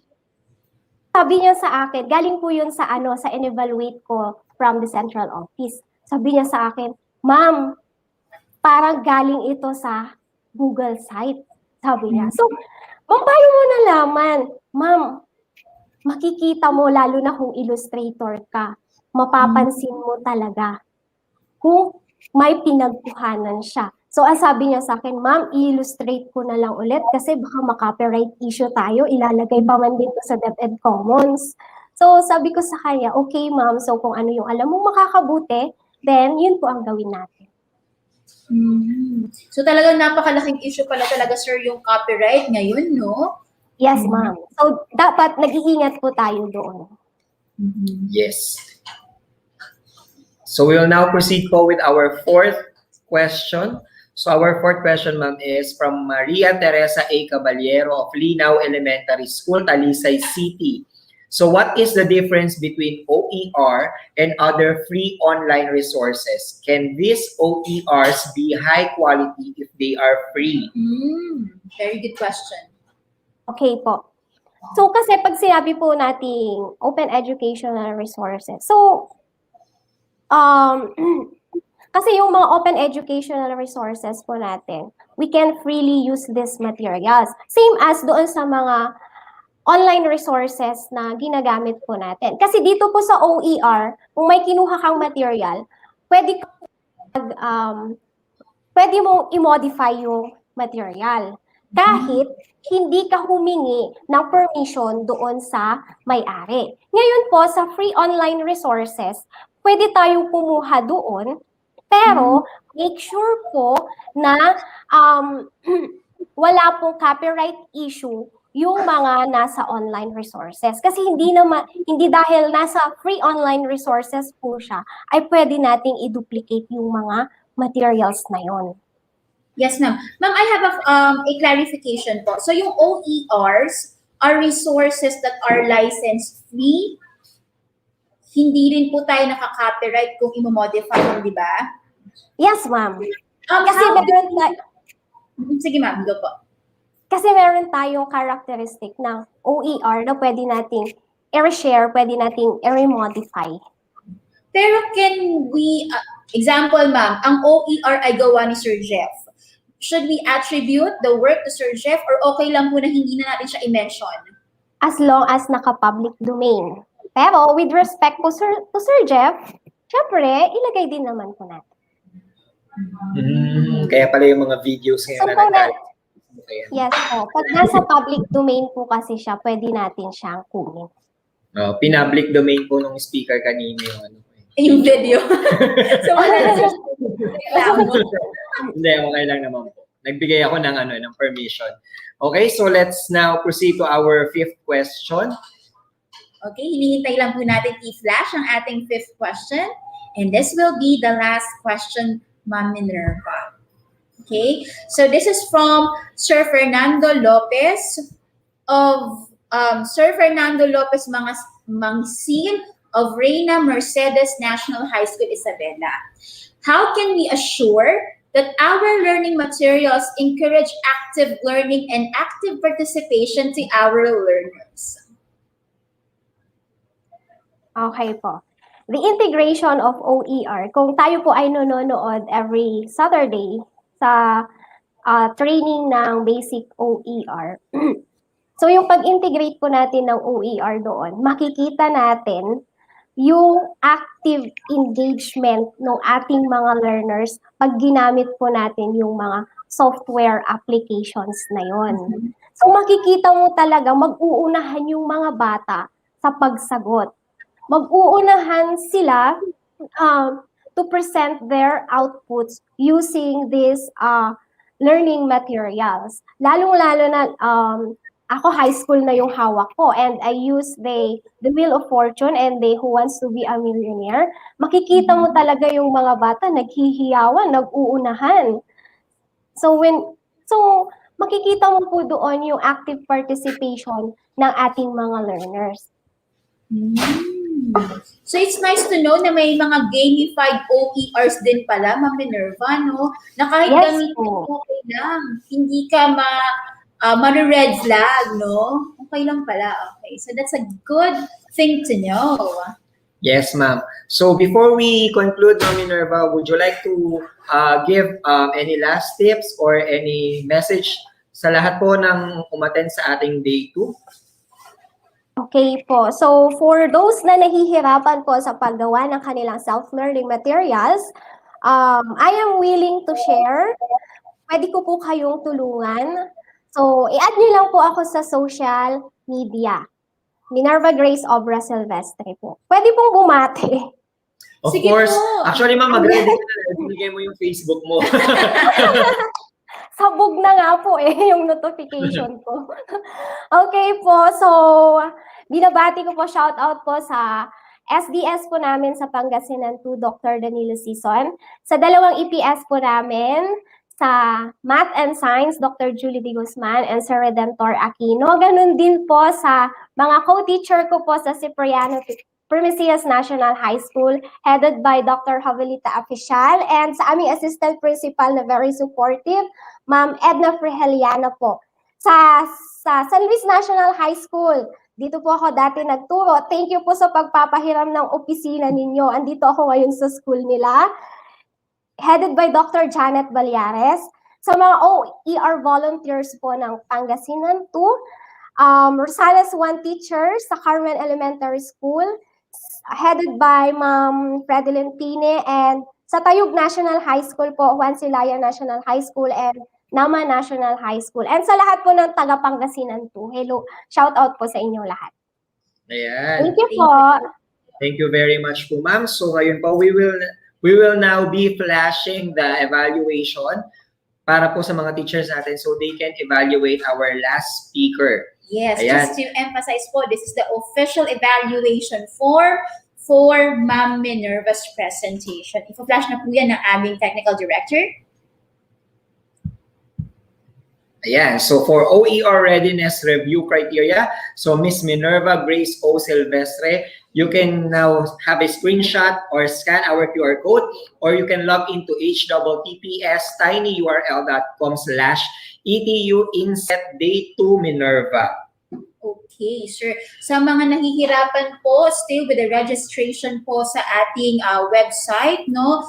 Konting patience lang po at makakapasok rin po. Actually, marami na nakakuha ng kanilang certificates po doon sa ating presentation kahapon. Ayan. So, we still have few remaining minutes and susubukan nating banggitin lahat na nagpapa-shoutout sa mga teachers. And sisimulan na po namin ulit. So, Baliti Integrated School, SDS City of San Fernando, Ma'am Hilda P. Suba, the principal, and shoutout din po kay Ma'am Jennifer T. Gonzales. Yes po, hello po sa mga teachers from SDO Bogo City, Cebu, most especially sa Polombato Elementary School teachers. Galing po ang pagbati kay Teacher Desh. Ayan. So, from Sir Sherwin Abolencia, School Head Ramona C. Basa, Pinagsanhan Elementary School, Pagsanhan District, SDO Laguna. Okay, hello po sa mga teachers ng Samal National High School Annex Division of Bataan, sa principal po ng school na si Mr. Edgardo Basa. Ang pagbati po ay galing kay Sir Abhil Mejino. Abhil, yes. And of course, pa-shoutout din po kay shoutout ni Ma'am Jennifer De Jesus, SDO Batangas Province, especially to the teachers and principal for Dr. Telma A. Pascua of Dr. Juan A. Pastor Memorial National High School in Ibaan, Batangas. Pa-shoutout din po sa mga viewers ng SDO Nueva Vizcaya, lalo na po sa mga taga-Bone na North Elementary School. Hello din po sa mga teachers ng ESP Department from Pedro Guevara Memorial National High School, kay Ma'am Richelle Montana Pagtananan and her co-teachers, Lenny B. Paloma and Craig Zadok B. Paloma. Galing po ang greeting kay Sir Mark Anthony Paloma. Yes, and shoutout din po sa lahat po ng teachers ng General Mariano Alvarez Cavite. Ayan. Then, shoutout din po sa San Jose del Monte National Trade School and Division of San Jose del Monte City. And of course, we would like to greet one of our teacher broadcasters. Yes. Happy birthday, Ma'am Jen Corrales. Happy birthday, ma'am. Hello din po sa mga teachers na Santissima Cruz Elementary School at sa kanilang principal po na si Ma'am Sharlina Raso, District Supervisor Mr. Luis Hermina. Hello po sa top management ng SDO Laguna. Ang pagbati ay galing kay Ma'am Arlene Tuloy. And greetings po sa lahat ng school heads and district supervisor of Daan Bantayan District 1 of SDO Cebu Province, from Mr. Rodolfo Kapampangan Jr. Assistant to the Principal of Daan Bantayan National High School. Yes. Hello din po sa mga taga-SDO Binyan City, SDS Mrs. Edna Paula Agustin, teachers from Malaban East Elementary School head teacher Marietta Ay Faraon. Happy birthday din po kay Ma'am Aster Banta, and the greeting is from Ma'am Aragia Almarines. Hello po. Hello din po sa mga officials ng SDO Navotas. Hello po sa lahat. Hello po, and shoutout din po sa Binabalian Elementary School with their head, Madam Analisa Del Piero. Okay, so tuloy-tuloy po ang ating greetings, no? Nakarating na rin po tayo ng Cebu. So hello po sa mga teachers from District 10, DT Dorano Memorial Integrated School, Danao City Central School, SA Tecala Integrated School, Danao City, Cebu. At pa-shoutout na rin po sa mga teachers from Malapok Integrated School. Yes po, from our teacher broadcaster, Ma'am Mary Shane Mariano, shoutout po sa Parian Elementary School teachers with their head, Miss Carmina Taip.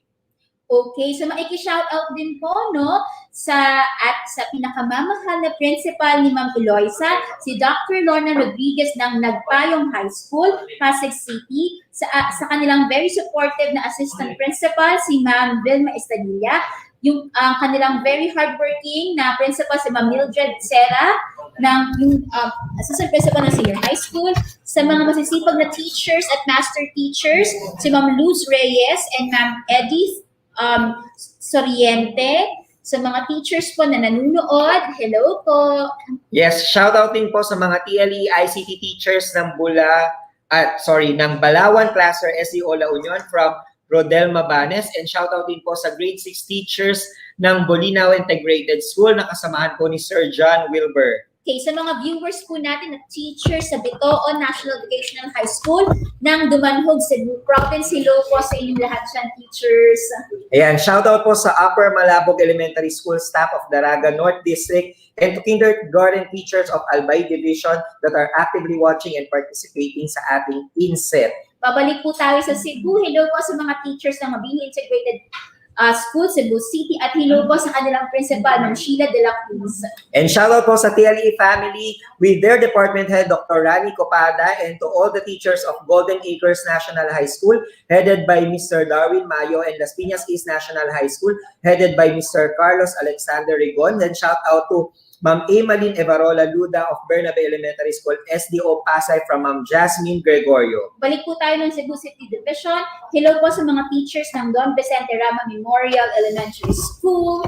Ayan, TLE teachers po, Pedro Guevara Memorial National High School, head teacher Sir Nequinto, and school principal Dr. Santiago Fahilago Jr., TLE EPS Dr. Tina Talambayan, English EPS Ma'am Irma Valenzuela, SDS Ma'am Ibanez from SDO Laguna, from your teacher broadcaster Ma'am Erza Ulep. At napakarami po ng mga nanonood sa Cebu Province, no? Cebu Province is watching live, headed by SDS Dr. Marilyn Andales, PSDS Rowena Brian, Principal Amor Banyares, and the 100% teaching force of Tuburan National High School with their school IT officer, Sir Harley Tuli. Yes, shoutout din po sa General Vito Bellarmino Integrated National High School Senior High School Department, headed by Flordalisa A. De La Rosa from Sir Raymond Kasama. And shoutout din po sa MAPE teachers ng Quezon National High School, head teacher Maria Dona Cosejo, school principal Felisa B. Quevada from SDO Quezon, from your teacher broadcasters Jonas and Charmaine Evora. Hello po sa mga teachers ng Balibago Elementary School of Rosario East District, Batangas Province, to their school head Maria, Ma'am Eloy Elisa Manalo, and teachers Ma'am Evangeline Rualos, Ma'am Rochelle Geronimo, Ma'am Marivic De Castro, Ma'am Teresa Ebrio, Ma'am Juliet Rena, and Ma'am Edna Di Mayuga. Hello po sa inyong lahat. And of course, shoutout din po kay Sir James Anthony Diputado of Cebulan Central Elementary School, headed by Ma'am Elvira C. Diones, school principal from SDO Negros Oriental, under the flagship of SDS Sir Senet Presilo P. Pauli. Hello po sa mga teachers ng El Tido Quirino High School, SDO Manila. Principal po nila ay si Dr. Dante Felizardo at ang buong SHS Department po. Hello po sa inyong lahat. Pagbati mula kay Ma'am Josa Hoble. Of course, another greeting from Ma'am Che Mendoza. Shoutout po sa Baclaran Elementary School Central teachers from Teacher Gina Edosma. And good day to the teachers of Napindan Integrated School from Sir JJ Escolano. And shoutout po kay Ma'am MC Kausaren. Okay, hello din po sa mga teachers ng Family Elementary School and sa principal po nila si Sir Alan Parungaw. Hello po sa inyong lahat. Ganun din po na sa kay Sir Ponciano Francisca and Ma'am Martha May Calakas. Hello po sa inyong lahat, Ma'ams and Sirs. Yes, also shoutout po from Ma'am Alma Lawagan, Antonio Reidor at ng mga guro, then Principal Dr. Sheruel Mamaril, SDO Manila, PSDS Paulo Adorio, and the Superintendent Dr. Magdalena Lim. Ayan. Also, shoutout po from Ma'am Shalani, SDO City of Valenzuela, teachers of Malinta Elementary School, Central District Supervisor, Dr. Teresita A. Pangan, School Head Ma'am Nerissa A. Espinosa, Assistant Principal Elizabeth De Castro, from Ma'am Shalani Nasilia. Okay, sir, hello din po sa mga teachers ng Luzon National High School, lalo na kila Ma'am Belen Avancenia at Sir Leo Beron. Hello din po kay SDS Merlina Cruz ng SDO San Jose del Monte, Bulacan. This is a greeting from teacher broadcaster Mariel Goho Cruz. And of course, syempre, shoutout din po natin to isa sa mga masisipag din na guro. And syempre, napakalapit ko sa puso ng isa sa ating mga technical assistant from Sir Ken Leonard po, Ma'am Maria Teresa Abanilla. Shoutout din po sa Pamplona Elementary School Unit 1 headed by Dr. Miranda and to all the teachers of Tabigyan Elementary School headed by Mr. Dianela of SDO Camsur from Sir Darwin Ferran po. Okay, napakarami po ng ating greetings. So, hello po sa mga taga-SDO Laguna, Team Sagana, Team Tililing, Team Weekends, and then sa ating mga TLE teachers dyan. Ma'am Weng Bernese and Ma'am Weng de Los Santos from Pamplona Elementary School Central of SDO Las Piñas from Ma'am Jobel. And also shout out po sa mga teachers po na nasa Mindoro ngayon. Well, actually, mama kasi ako, yung sa side ng mother ko is from Santa Cruz Occidental, Mindoro. So, shoutout po sa lahat ng mga teachers dyan. And hopefully, one day, maka-visit po ulit ako dyan. Okay, so hello po ulit sa mga taga-STO Muntinlupa, SDS Dr. Dominico C. Edanan, Muntinlupa National High School Tunasan Annex, Principal Dr.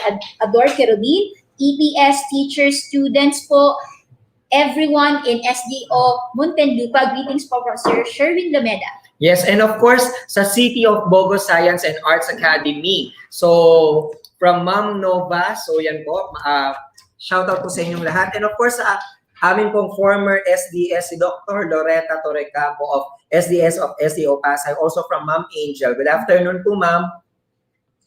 Ayan. And also, shout out po sa mga teachers from Caloocan City Division, especially Camarin D Elementary School of Dr. Nympha R. Narcisse from Sir Marvin Balingit. Okay, so hello po kay Sir Robert Cristobal, Principal 3, and teachers of Virginia Ramirez Cruz National High School, Pandi North. Greetings po from Sir Marco Manabat. Shoutout din po kay Sir Renz Astrero and as well as shoutout po sa SDO Pampanga, Arayat West District, Lakmit Elementary School teachers headed by Mr. Ronald A. Cater, PSDS, Madam Marites S. Maliari from Sir Mark Anthony. Also, shoutout po sa Kambagahan National High School, Baig City Division from Sir Nestoni Piniero. Ayan. So, actually, a lot of shoutouts po are still coming, but still we have 2 minutes, or we have 1 minute left. Yes, sir. And to finalize this day, sir, what one word could you describe about the day that we have today po? Well, actually, for today, so naalala ko kahapon, I use the term innovation. I think it's about perseverance. Bakit po? Because nakita naman natin, we started from DepEd TV, tapos from the video editing. You know what, teachers, there is, if you have the perseverance to learn, then definitely you can definitely go a long way. Kasi alam naman natin that education is a process. So every now and then, pwedeng mag-improve, and as well as the only constant thing in this world is change. Kaya naman, we should learn how to embrace changes, most especially kung magbe-benefit po ang ating mga students. Yes po. And in relation to your answer, sir, my adjective for today is yung willingness, no? It's because all of the presentations po that, almost all the presentations that we have today is more on the new skills, no? And it's in the willingness of the teacher not to remain stagnant, to always welcome changes because they have to really adapt with the needs of the students. Ayan. And of course, syempre gusto rin naman po namin na you should spend time with your family. That is why we are now down to the last part of our virtual INSET. Again, I am Teacher Jeff and I am from Las Piñas National High School, SDO Las Piñas City. And again, I would like to remind that this virtual INSET is live on DepEd Philippines and on Educational Technology Unit channel on YouTube. I am Ma'am Maria Mencevilla from Kauniran High School, SDO Navotas, one of your Masters of Ceremony and one of your EdTech specialists. Again, this is the second day of the virtual INSET brought to you by Educational Technology Unit. See you tomorrow. See you tomorrow. Keep safe.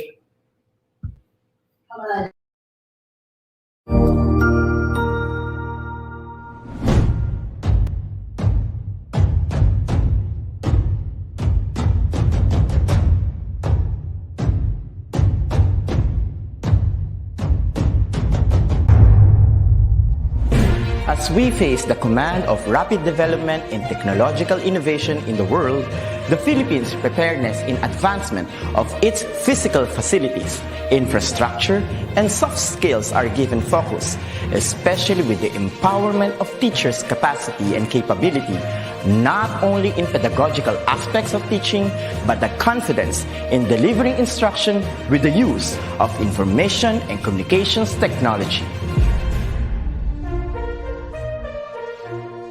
The Office of the Undersecretary for Administration, under the leadership of USEC Alain Delby Pasqua, established the Educational Technology Unit under the Information and Communications Technology Service.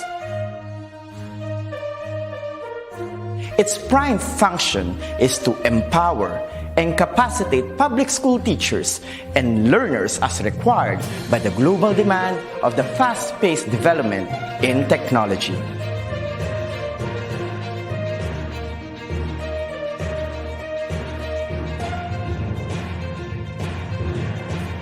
The task of the Educational Technology Unit is to promote and solidify the innovation and digitization projects that will support the requirements of the K-12 curriculum in delivering quality, accessible, relevant, and liberating education for all. It targets different components and facets of skills development, which will enable the technological advancement of the infrastructure of DepEd. This is supplemented with empowerment training programs in emerging technologies for public school teachers.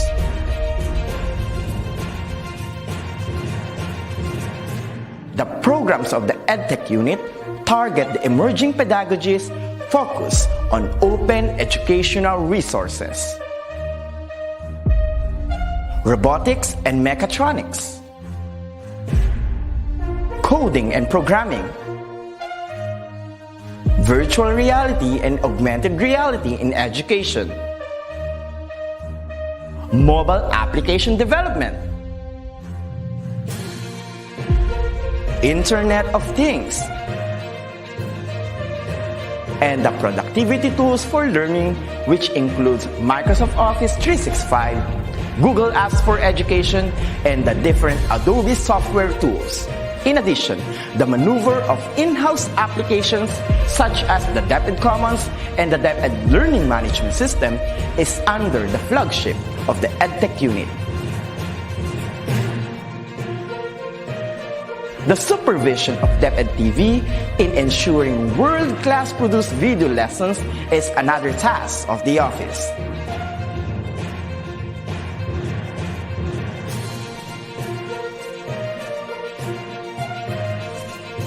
Lastly, the conduct of free online tutorial session, coined with the term ETUlay, is a bridging program to support learners and parents in answering the self-learning modules pioneered with the initiative of the ICTS EdTech unit. A teacher's influence is limitless, bound with the heart for service and dedication to fulfill the greatest mission to educate the young. The ICTS Educational Technology Unit will be there to promote, to empower, and to inspire Filipino teachers and learners as we grow as a tiger in the region, hitting our target as one of the best in educational technology. Come on and join us as we make our dreams into a reality. Sama-sama tayong lahat tungo sa iisang layunin. Simulan natin ang pagbabago dahil tayo ang mga gurong magtatayo ng makabagong DepEd. Sulong Edukalidad.